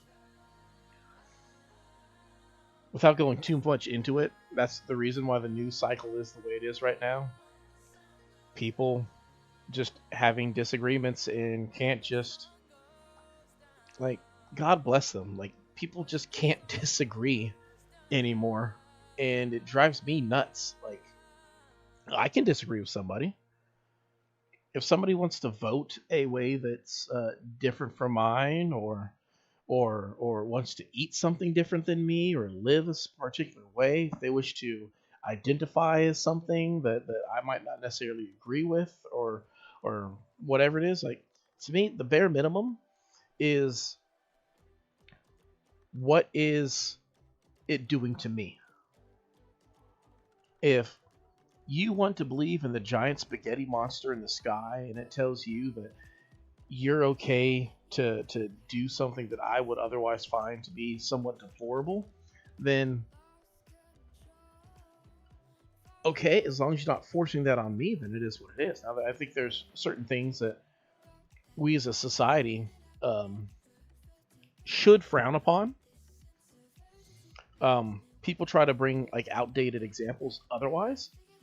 To me, it's just like, no, it's like whatever the rules that we as a collective whole, for the majority, like decide to play by, should be like, upheld for the most part. Because if we don't have like bare like baseline rules for like what is acceptable in society, then like how do we actually like have a society? Like, the whole point of society is there are rules that we all mutually respect and we live by for the sake of being cool. So one example is like, if polite society says it's not a good idea for you to have relations with your pet, then at the very least you should not talk about having relations with your pet.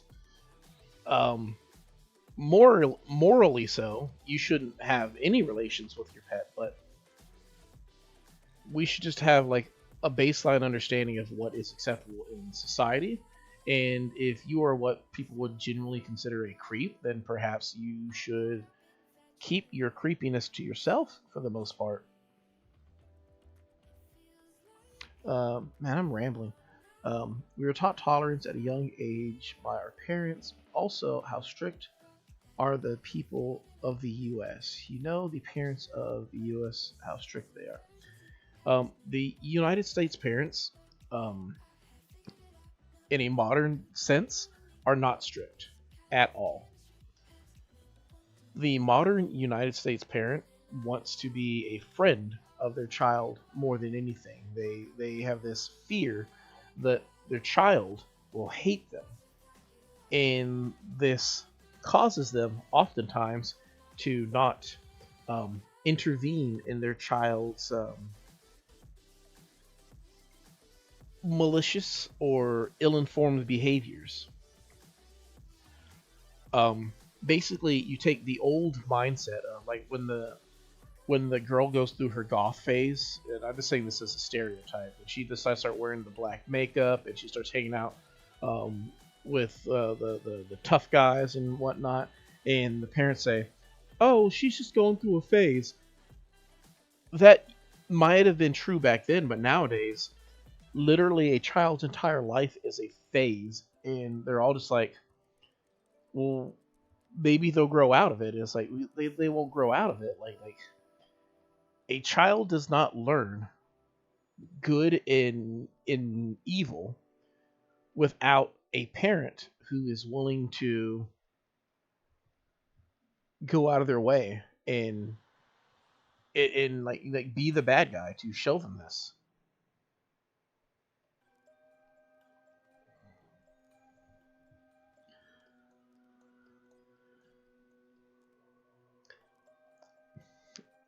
Oftentimes, a lot of parents these days, if their kid hits another kid, their whole approach will probably be something along the lines of, apologizing on their kid's behalf, and then telling that kid, their kid, "Oh, Jimmy, you know you're not supposed to do that," even though Martha knows she's never once taught Jimmy a day in his life that he's not supposed to do that. Oh man, this is dope.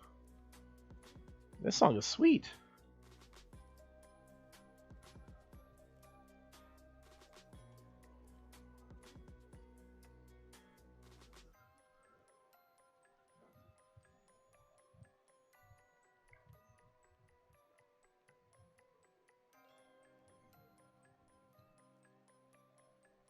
A wonderful a delightfully spooky song from a guy who hates spooky things, or doesn't actually react well to spooky things.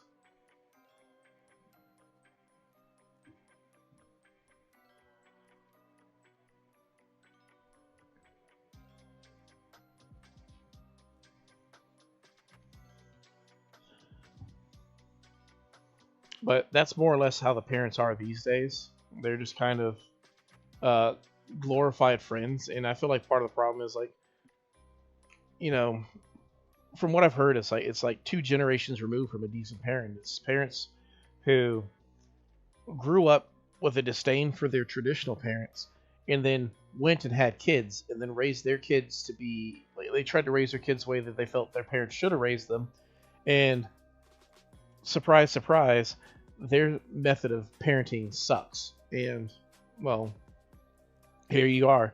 You have a whole generation of kids who literally do not know how to do anything. Like it goes beyond just like knowing how to act. It's like how to act properly. It's how to act your role also. Like how many people in the United States in that 18 to 25 demographic or 18 to 30 demographic who don't even know how to cook a full meal uh, bewilders me. Like I wasn't always a good cook, but I was always a um, passable cook. Um, I and like I said, it comes down to like it's generations of it. No, kids in the U.S. are not punished for doing bad things like at all. Like look at your average TikToker who's like doing like pranks or something like that, who's like literally ruining the lives of people around them. Like there's being like general menaces and jerks and turds. These aren't typically kids from the UK. These aren't kids from Australia. These aren't kids from India or Sri Lanka. These definitely aren't kids from Japan. It's these straight up Anglo American kids who are off the rails. Like not even off the rails. The rails don't even exist. They're just able to do whatever they want, whenever they want, and the parents are just happy when they get a break. Like a common thing, like you'll see, is a child who probably can't even talk yet, or a child who should be able to talk, who can't talk. Like we're talking about like a toddler who should be learning how to talk, but they can't talk because their parents aren't teaching them how to talk. All their parents do is slap them in front of a tablet and they're watching Coco Melon and stuff like that. And then like what happens is they don't know how to actually function bare minimal stuff. And then what do the parents do at that point? Do they realize they messed up and they try to help their kid get back on track? No, they take them to a doctor and the doctor says, "Oh, your child's on the spectrum." So they, "Oh, so it's not our fault?" Nope, the child's just defective. Pump them full of drugs. So then the child becomes so addicted to the drug regimen that he doesn't know how to actually function without the drugs. And basically they just kind of ruin their own child. And then what's the what do you do after that? You just say like, "Oh man, I mean, if them's the bricks, just tough luck." I mean, maybe if we didn't have a defective child, we probably could have been good parents. It's like, no, maybe if you weren't crappy parents, you wouldn't have messed up a perfectly good child. But it is what it is.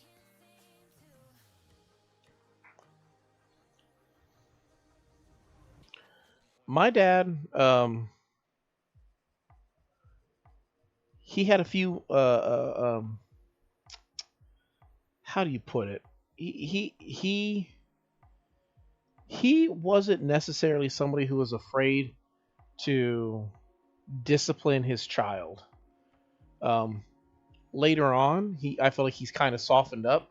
That's why I say that my youngest sister, she's 9 years younger than me, had like completely different parents than me. My mother never wanted to be the bad guy.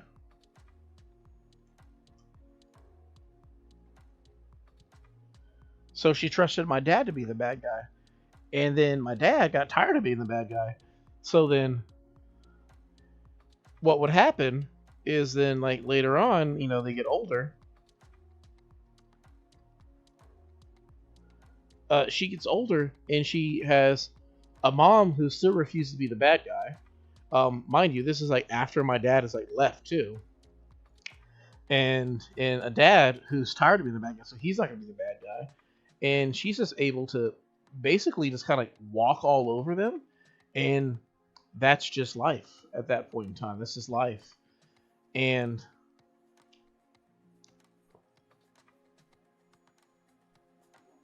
that's mostly like that's kind of like in a nutshell. It's parents don't want to be the bad guys, or more specifically, parents don't want to parent their kids.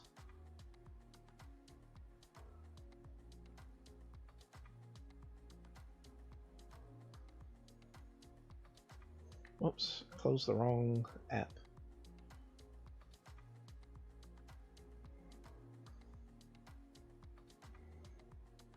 Sorry, I closed the wrong app on my phone I was trying to use. But that's American Parenting 101.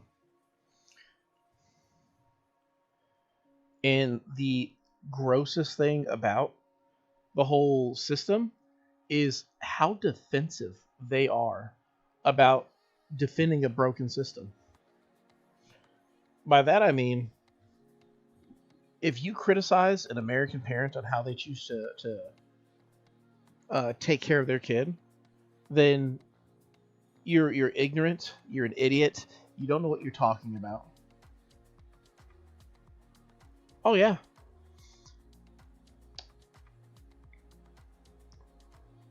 there are so many TikTokers from the U.S. because there's so many parents who never give their kid any good, positive, useful advice. Like, first and foremost, I could care less about TikTok. I'm not a TikTok guy. I would prefer if my family never messed with TikTok. But at the end of the day, they may mess with TikTok, right? So okay, cool. That's just a thing. But like, if I was asked an honest question regarding the whole thing, if they were to ask me, hey, do you think I can be successful on TikTok? I'd say probably not. I mean, and that goes for anything. Um, One could call me a hypocrite and say like, "Oh yeah, really? Um, you want to talk about how like oh okay cool you can't be a big successful as a content creator and yet you make content creation yourself." And my rebuttal to that would be, yeah, I make content creation for fun, not for a living.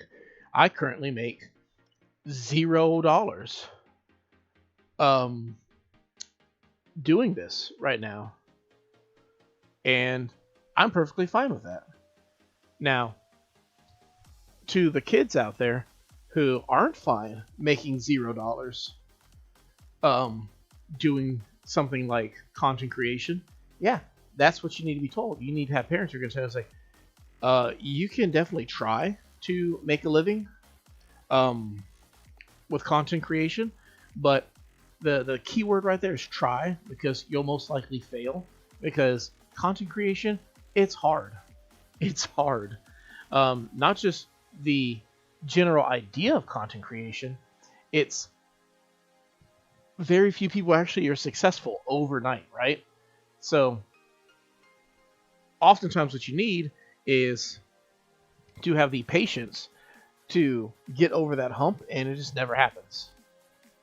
This is the reason why this should be Jack Doherty. I got TikTok for 6 minutes to get the Minecraft cape, and then you Jack Doherty is he's a turd. He's a wet turd. He is everything that's wrong with this generation. I'm not saying this generation is, as they would say, cooked. No, no, they definitely can make a comeback, and by God, they need to make a comeback. Honestly, like if they don't, like that'll be when they're roasted. But it's impossible outside of literally the apocalypse. It's impossible to be so far gone that you can't recover. Like, oh, poil oyster, a pearl oyster. All they got to do is just kind of like I look at the youth of America like I do certain demographics of people social politically. All you got to do is stop being crazy. Like that's it. Legit, 100%. All you got to do is stop being crazy, bro. If you stop being crazy, guess what? Things are going to get better. Are they going to stop being crazy? Not likely.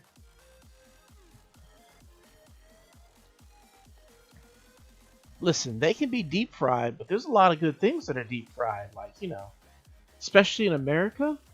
Would we like chicken if it wasn't deep fried? Maybe if you're trying to like work on your macros, but French fries are deep fried. You can just deep fry anything these days. And so like, this is my way of saying that like, even if they're cooked, even if they're deep fried, even if they're like completely just like still in the oven, it could be all right. Like even if like it's like an intense heat and pressure, like if the heat's on them, which it definitely is, all they need next is the pressure. And if you get enough heat and enough pressure, that's how you make diamonds. Sure, that's also how you crack coal, but they say you got to crack a few eggs to make an omelet. If we have to increase the heat and the pressure on this upcoming generation, if a few fall by the wayside so that we can actually find some leaders of tomorrow, shoot, I'd say so be it. I think it's worth it. It's definitely worth it. I think it's worth pushing an entire generation. Yeah, we might get 20 more trash men, but if we can find out who's going to cure cancer, is what it is.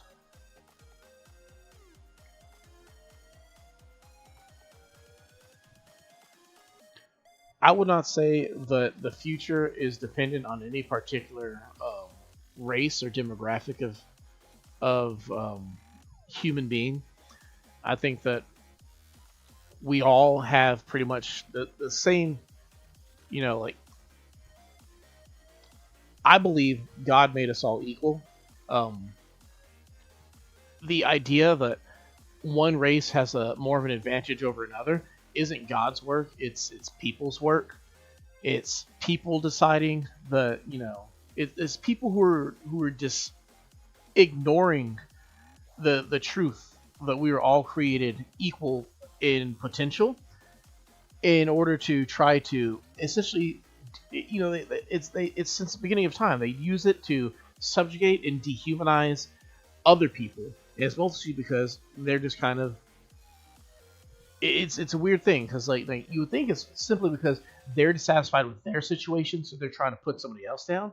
But nowadays, oftentimes it's they put themselves down, so they have to make an excuse and say like, "Oh no, it's because somebody else has it easy that I'm things are going to be hard for me, so I'm just gonna just say that, bro, I was cooked before I was even born. Like I was born with at a disadvantage. How am I gonna make it in this broken world? It's like, bro, the world was made broken. Like this was not where we were made to be. This is just where a detour when you're trying to get to your destiny. But the thing about the journey, like this world is just part of the journey, and the thing about the journey is that implies that there is a point A and a point B, and where you currently are is neither. So all you need to be doing is getting further away from point A and getting closer to point B. But people just don't do that. They don't want to put, toe to heel and just keep making that, that forward motion. Everyone has a good chance to become great, but they do need good parents and good guidance. Good parents and good guidance, or more so, scratch the parents part, just good guidance, because you can find great guidance from all sorts of people. Your parents can suck, but you can have great grandparents, you have great neighbors, you can just but the one thing that I feel is going to be better than good the one thing that's going to be better than good parents, good grandparents, good neighbors is a good mindset, and that's something you can't teach. It's something that it's either who you are or it's who you aren't. Me personally, I'd say that I'm of the people who had a good mindset. I don't think my parents did a particularly great job in raising me, and the majority of my moral compass comes from just me having a fundamental understanding of right. I wasn't born crazy, so it's easy to not be crazy. But a lot of other people, if they don't have that proper push in the right direction, yeah, it's gonna suck for them. I honestly feel like I could have had probably some of the worst parents. Like I can say that I don't think my parents did a great job in raising me, but I could say that I could probably have had worse parents than them, and I still would have came out about the same. The world is broken. It was our job to fix it, but look what we turned it into. See, I I half disagree with that in that I feel like it's this weird kind of 50-50 type of thing um, for me where the world was fine and then we came along and we had one job to curate it, to take care of his work, and we failed. We came up short, and that's why we live in a life of sin. Sin being, people who like missing the mark, coming up short, and the world is like who we are. It's incomplete, it's broken, and it's missing one thing to make it whole. And as long as we ignore that aspect of it, that part of the equation, no matter what we do, is nothing's going to fill that hole. Like me personally, I follow the Christian standard of living, and for me that means God is the thing that actually fixes the world, and the more the world strays away from that, for me, that's why things keep being broken, and it's both an external and internal journey where it's like the only way I can be fixed is if I embrace what he has for me and accept my role in that. And the only way the world can be fixed is if it follows in suit. And that comes with a basic understanding of like, I can't fix the world. I can bring a light into the world, let that light shine on any blemishes or mistakes or shortcomings that the world has. But I can't outright fix the world. All I can do is show the world a better way to live and hope that, it follows suit. Same with any of my brothers and sisters in it all. But when it comes to the whole thing with the kids these days, you look what's wrong with America. It's not coincidence that the newer generations are struggling with a sense of identity and purpose and responsibility and discipline. As each new generation comes, they fall further away from a sense of godliness. It's only bound to happen. It's either you try to show them a better way of living and put them on the right track, or they're just pretty much on their own. And my teaching emphasizes that one of the things you're supposed to take care of are the children, because the children are, they're the ones who inherit it. If you don't raise them right, then they're pretty much like destined to fail for the most part. There are those few, those mighty few, who are capable of discerning right and wrong, but that's an exception. It's a rarity. Most people aren't going to be able to just figure it out on their own. They're going to be lost at sea, bounced about by the waves, and if they can't understand what they were more or less made to be and to follow and to do, then they're going to have to decide on their own. And basically, they're going to just go for whatever's easy and just try to pursue that. Like, if you ignore the voice of your parent, then you're probably listening to your friends, and your friends and your peers are all your same age. And it's a funny thing when you're listening to people who are just as broken as you are about how to be whole. It just makes no sense.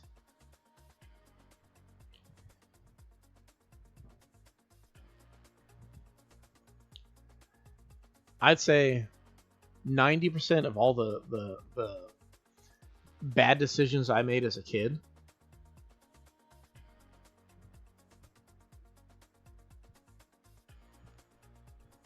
no, that's too small.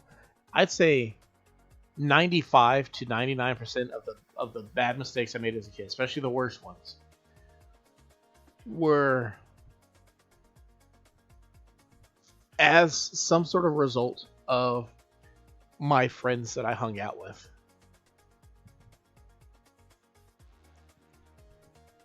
Or my perception of what I felt my friends actually expected of me.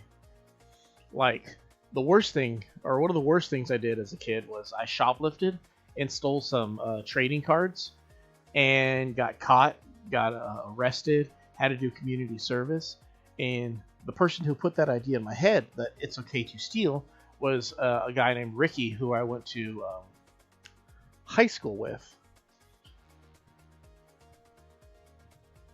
There was a girl who I had a crush on for like years, and she wanted to use the pool that my parents had, and I decided, because I'm the one who's actually there, to let her do so. And then she brings over like half the neighborhood, and they're like jumping off of my dad's garage into the pool, all because I have a crush on this female friend of mine.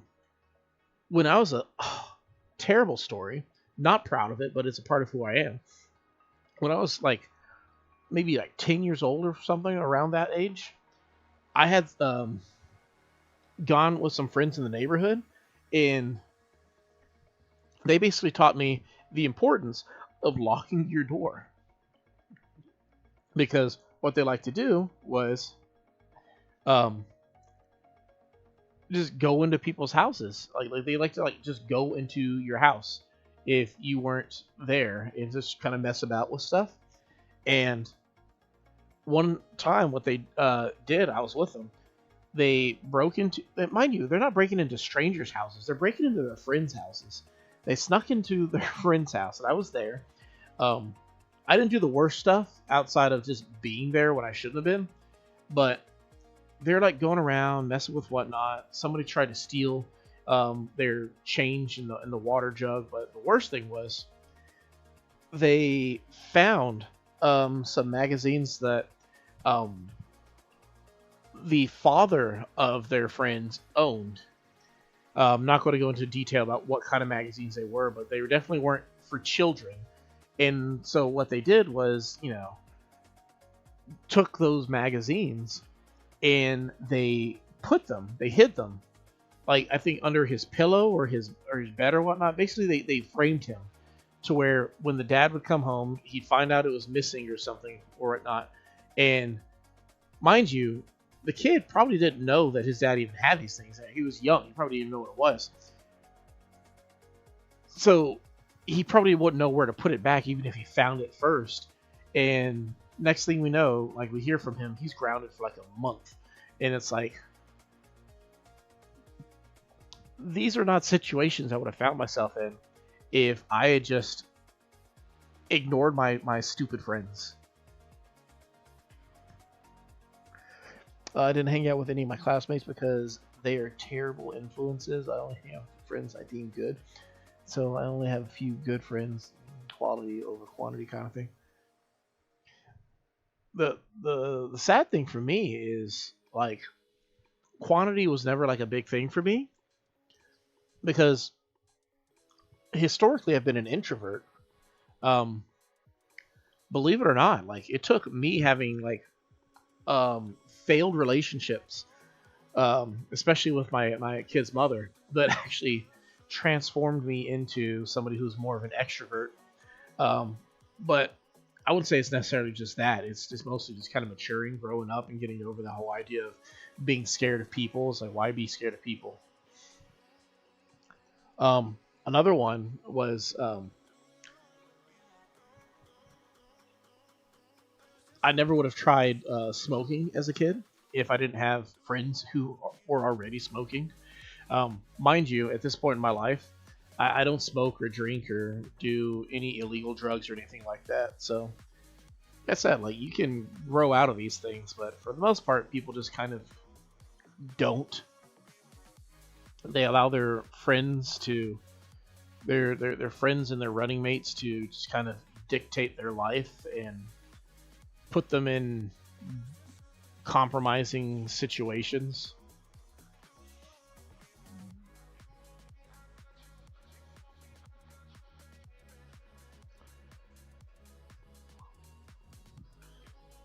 The fun part is sometimes you have to learn a lesson by getting punished for crimes you didn't even commit. Um, I used to play a game called Ragnarok Online back in my late teenage, early adulthood, and I love that game so much.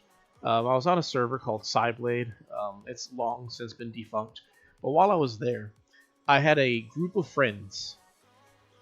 Um, well, let me tell you how I met them. First off, I had a friend. I found the game originally from a friend of mine in high school who was like, "Oh, dude, you should try this game out." So I'm like, "Okay, cool, right?" If your friend says you should try a game, what does that make you think? You're gonna create an account, download the game, you're gonna hop in, and you guys are gonna be just as good of friends online as you are in real life, right? Well, that's not what happened. I made an account, downloaded the game, hopped on. He gave me like a 20-minute tutorial kinda, and then abandoned me in the game. And he made like his friends in the game. It's like he found a group of friends in the game that he'd never have in real life. And so he was kind of a stuck-up snob to me in the game. But because, like I said, I was sort of an introvert, and like he was also my neighbor, like my only like actual friend nearby. Like I tolerated it in real life. Like we'd be cool in real life, but I just kind of knew like real quick that if I got into a game with him, that he was gonna suck. But anyway, so he had his friends, and I had like two friends more or less on the server until I found the Bad Boys Club.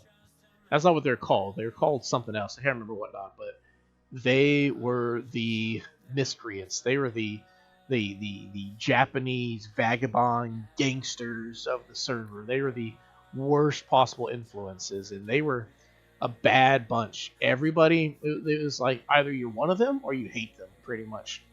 But they took me into their group as like the young pup among the wolves, and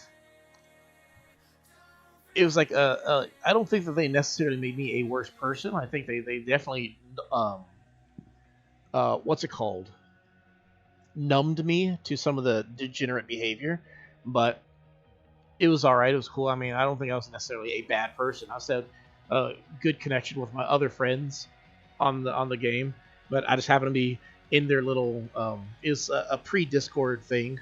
I can't remember what it's called. I don't think it was like TeamSpeak or anything, but I'd be in their calls and listening to them be the worst people ever. And then eventually, the straw broke the camel's back, and the owner of the server just thrust the ban hammer down, and I ended up getting punished by affiliation. I didn't get as bad as them. Like he banned like the top 4 or 5 members of it, but the remaining of us kind of got scattered to the wind, and I got a stigma attached to me for being of their group.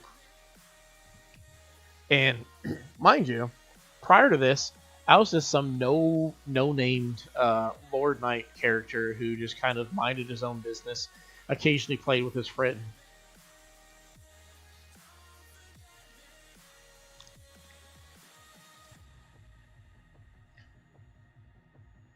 I think my favorite thing that I got in trouble for on that game was when I was hanging out with the bad kids.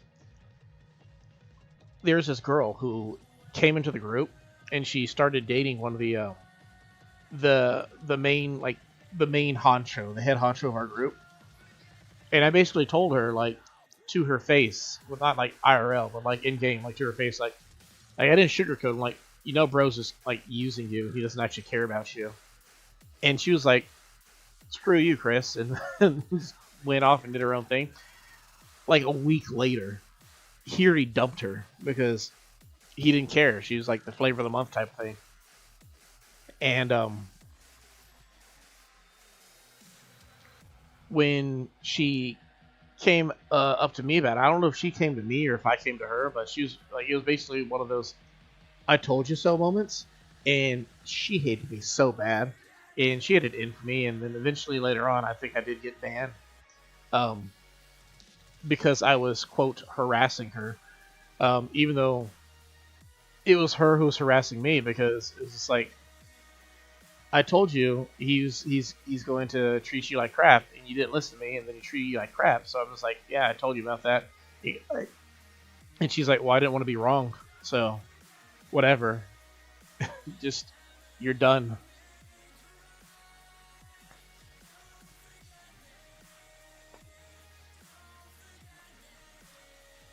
I think my favorite thing about that entire experience is by the time it was all said and done, everybody who I'd ever been affiliated with the exception of my actual best friend, and I'm not talking about the guy in real life, but like my actual best friend I made in the game, hated me when it was all said and done, when the shops closed up and we were all done.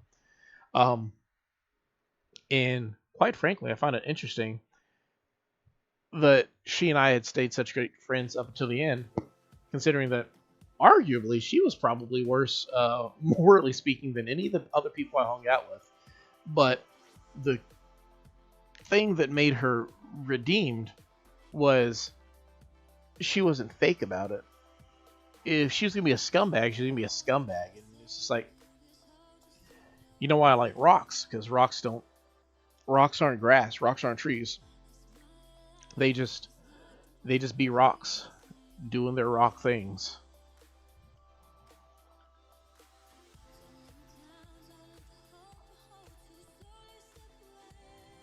I'm over here. I just realized I work tomorrow. Dang. That is like an instant like mood bummer. Realizing that you have work the next day, and you're like, man, what am I doing? It's 11 o'clock at night. I'm playing Animal Crossing, listening to sweet jams. And then it dawns on me, I got work tomorrow.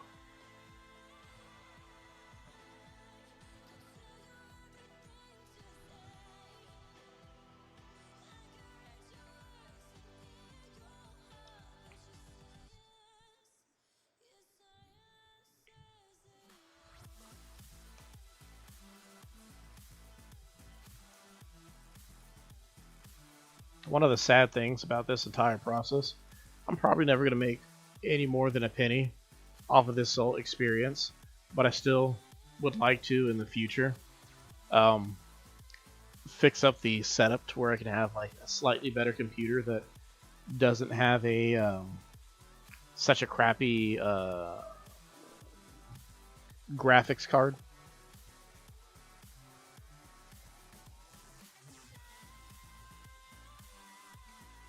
because like the reason why the feedback can be a bit jittery at times.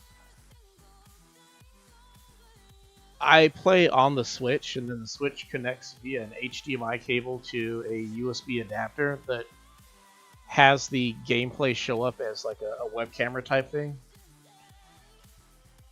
And then, so that's where I don't like actually use the CPU usage all that much. Like right now I'm looking at it, it's around about 40% CPU usage.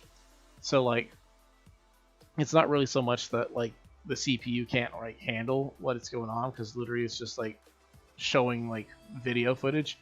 It's my graphics card sucks, so it just doesn't render images all that well.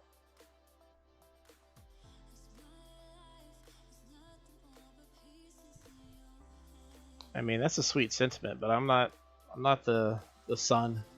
The universe doesn't revolve around me. I'm just a shooting star like the rest of us. Sometimes I come in, sometimes I go. I do appreciate the time that you do spend around here, though. It definitely makes it to where I don't seem like I'm just talking into the nothingness of the internet.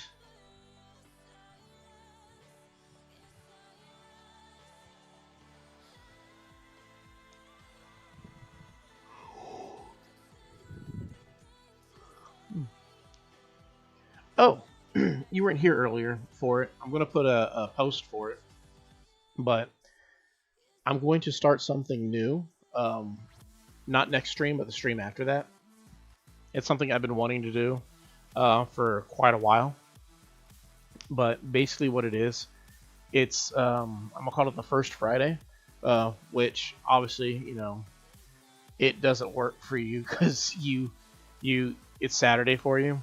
But if you get what I'm going for, basically, I'm going to have the first stream of each month is going to be I'm going to have a featured artist for the music. So what that's going to look like is I'm going to I should just go get that balloon. What that means is I'm going to do the stream more or less like normal. I might change it up a little bit, I don't know. But assuming I just do like the normal gameplay, I'm going to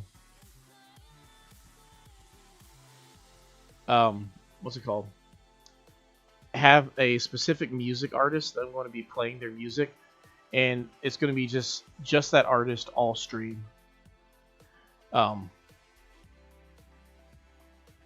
And the first one's going to be my brother. Actually, he makes music, so I'm going to. I already downloaded all of his music. I have it on the computer. I have a playlist ready to go. But basically, I'm not entirely sure what I'm going to do that day. I might just do. Currently, I'm thinking of doing Dream Islands, but I have other ideas, such as like I could play a different game. Like if he was to play Fortnite, I might play Fortnite with him. Since I live with him. But basically, just have the first Friday. We'll have a featured artist where it's basically a long form advertisement, if you will, to help increase, visibility on his as well as whoever else comes along their work. If I don't have anybody preset, I'll just go off of one of the artists on my Monster Cat list. But if somebody shows up and they're like, "Hey man, I may actually make music. If you could speak of the devil." This is one of his songs playing right now.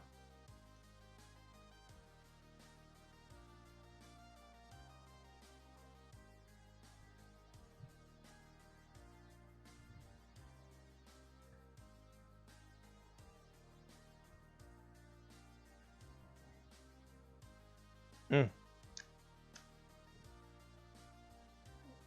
Bro's talented. He's looking for work right now. I kind of wish he could just monetize his music and just get paid doing that. Get paid doing something you love, you know?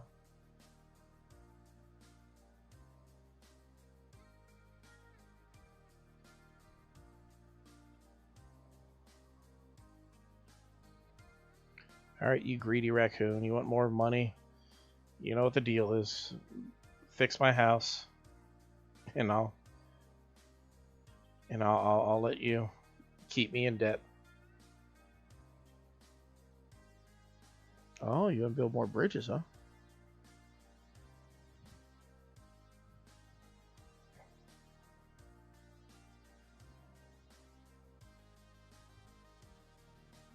Wait, what?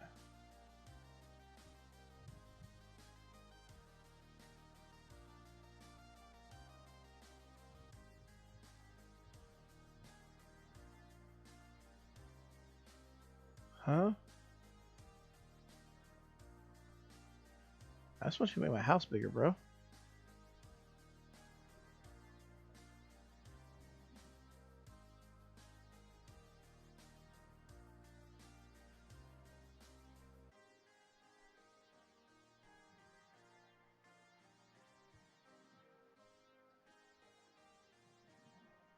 So I can finally move my house over to by that lake if I want to.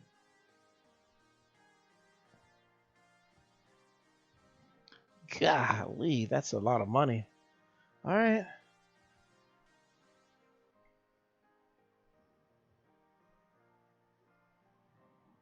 Bro, we have this conversation every single time, and the answer is always going to be green.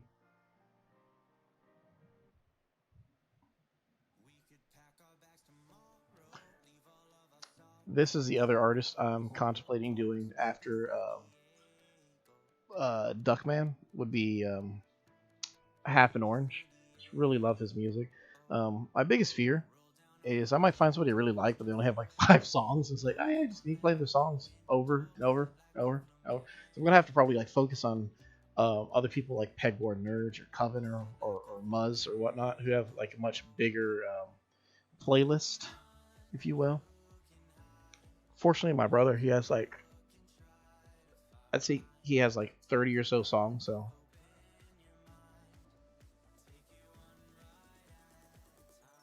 definitely have a whole lot more to go with. But cool, house is paid off again, so he's going to upgrade it. And honestly, right now, I think now's a good time to, as I realize that I have work in the morning, um, to shut her down for the evening. Um, it's been a fun evening, and I might be looking forward to what's it called? Got to figure out what we're gonna do throughout the week. But basically, I already showed you the part where it's the whole. We're gonna have the topics for each episode and whatnot. Try to talk about those things. Basically, just trying to put a little bit more hope out into the world as well as try to build up on the community. So, um, Sunday, even though I'm going to be talking about a little bit of my sense of faith and whatnot, it's an open door. Anybody can show up. Anybody can talk about it. Um, I'm a human being, so obviously I appreciate some positive feedback, but I understand that other people are human beings, so I can also accept any negative feedback and have an actual discussion with people on that one, and we can make it up to each other if we have a agree to disagree moment by just having a talk on Tuesdays and Thursdays about whatever else might pop up, and we'll just kind of go from there, see how it is. Techno, definitely appreciate having you out here. Alex was here earlier, and he updated me on his island. Actually looked great, and I can't wait to see the future stuff that he's going to do with that island. But in the meantime, everybody, You take care of yourselves. Remember that you're so much stronger than the opposition. Been a wonderful episode 8. We're going to get to double digits next week. I look forward to it. I've got some big plans moving forward, and I can't wait to see each and every one of you. And until that time, toodles.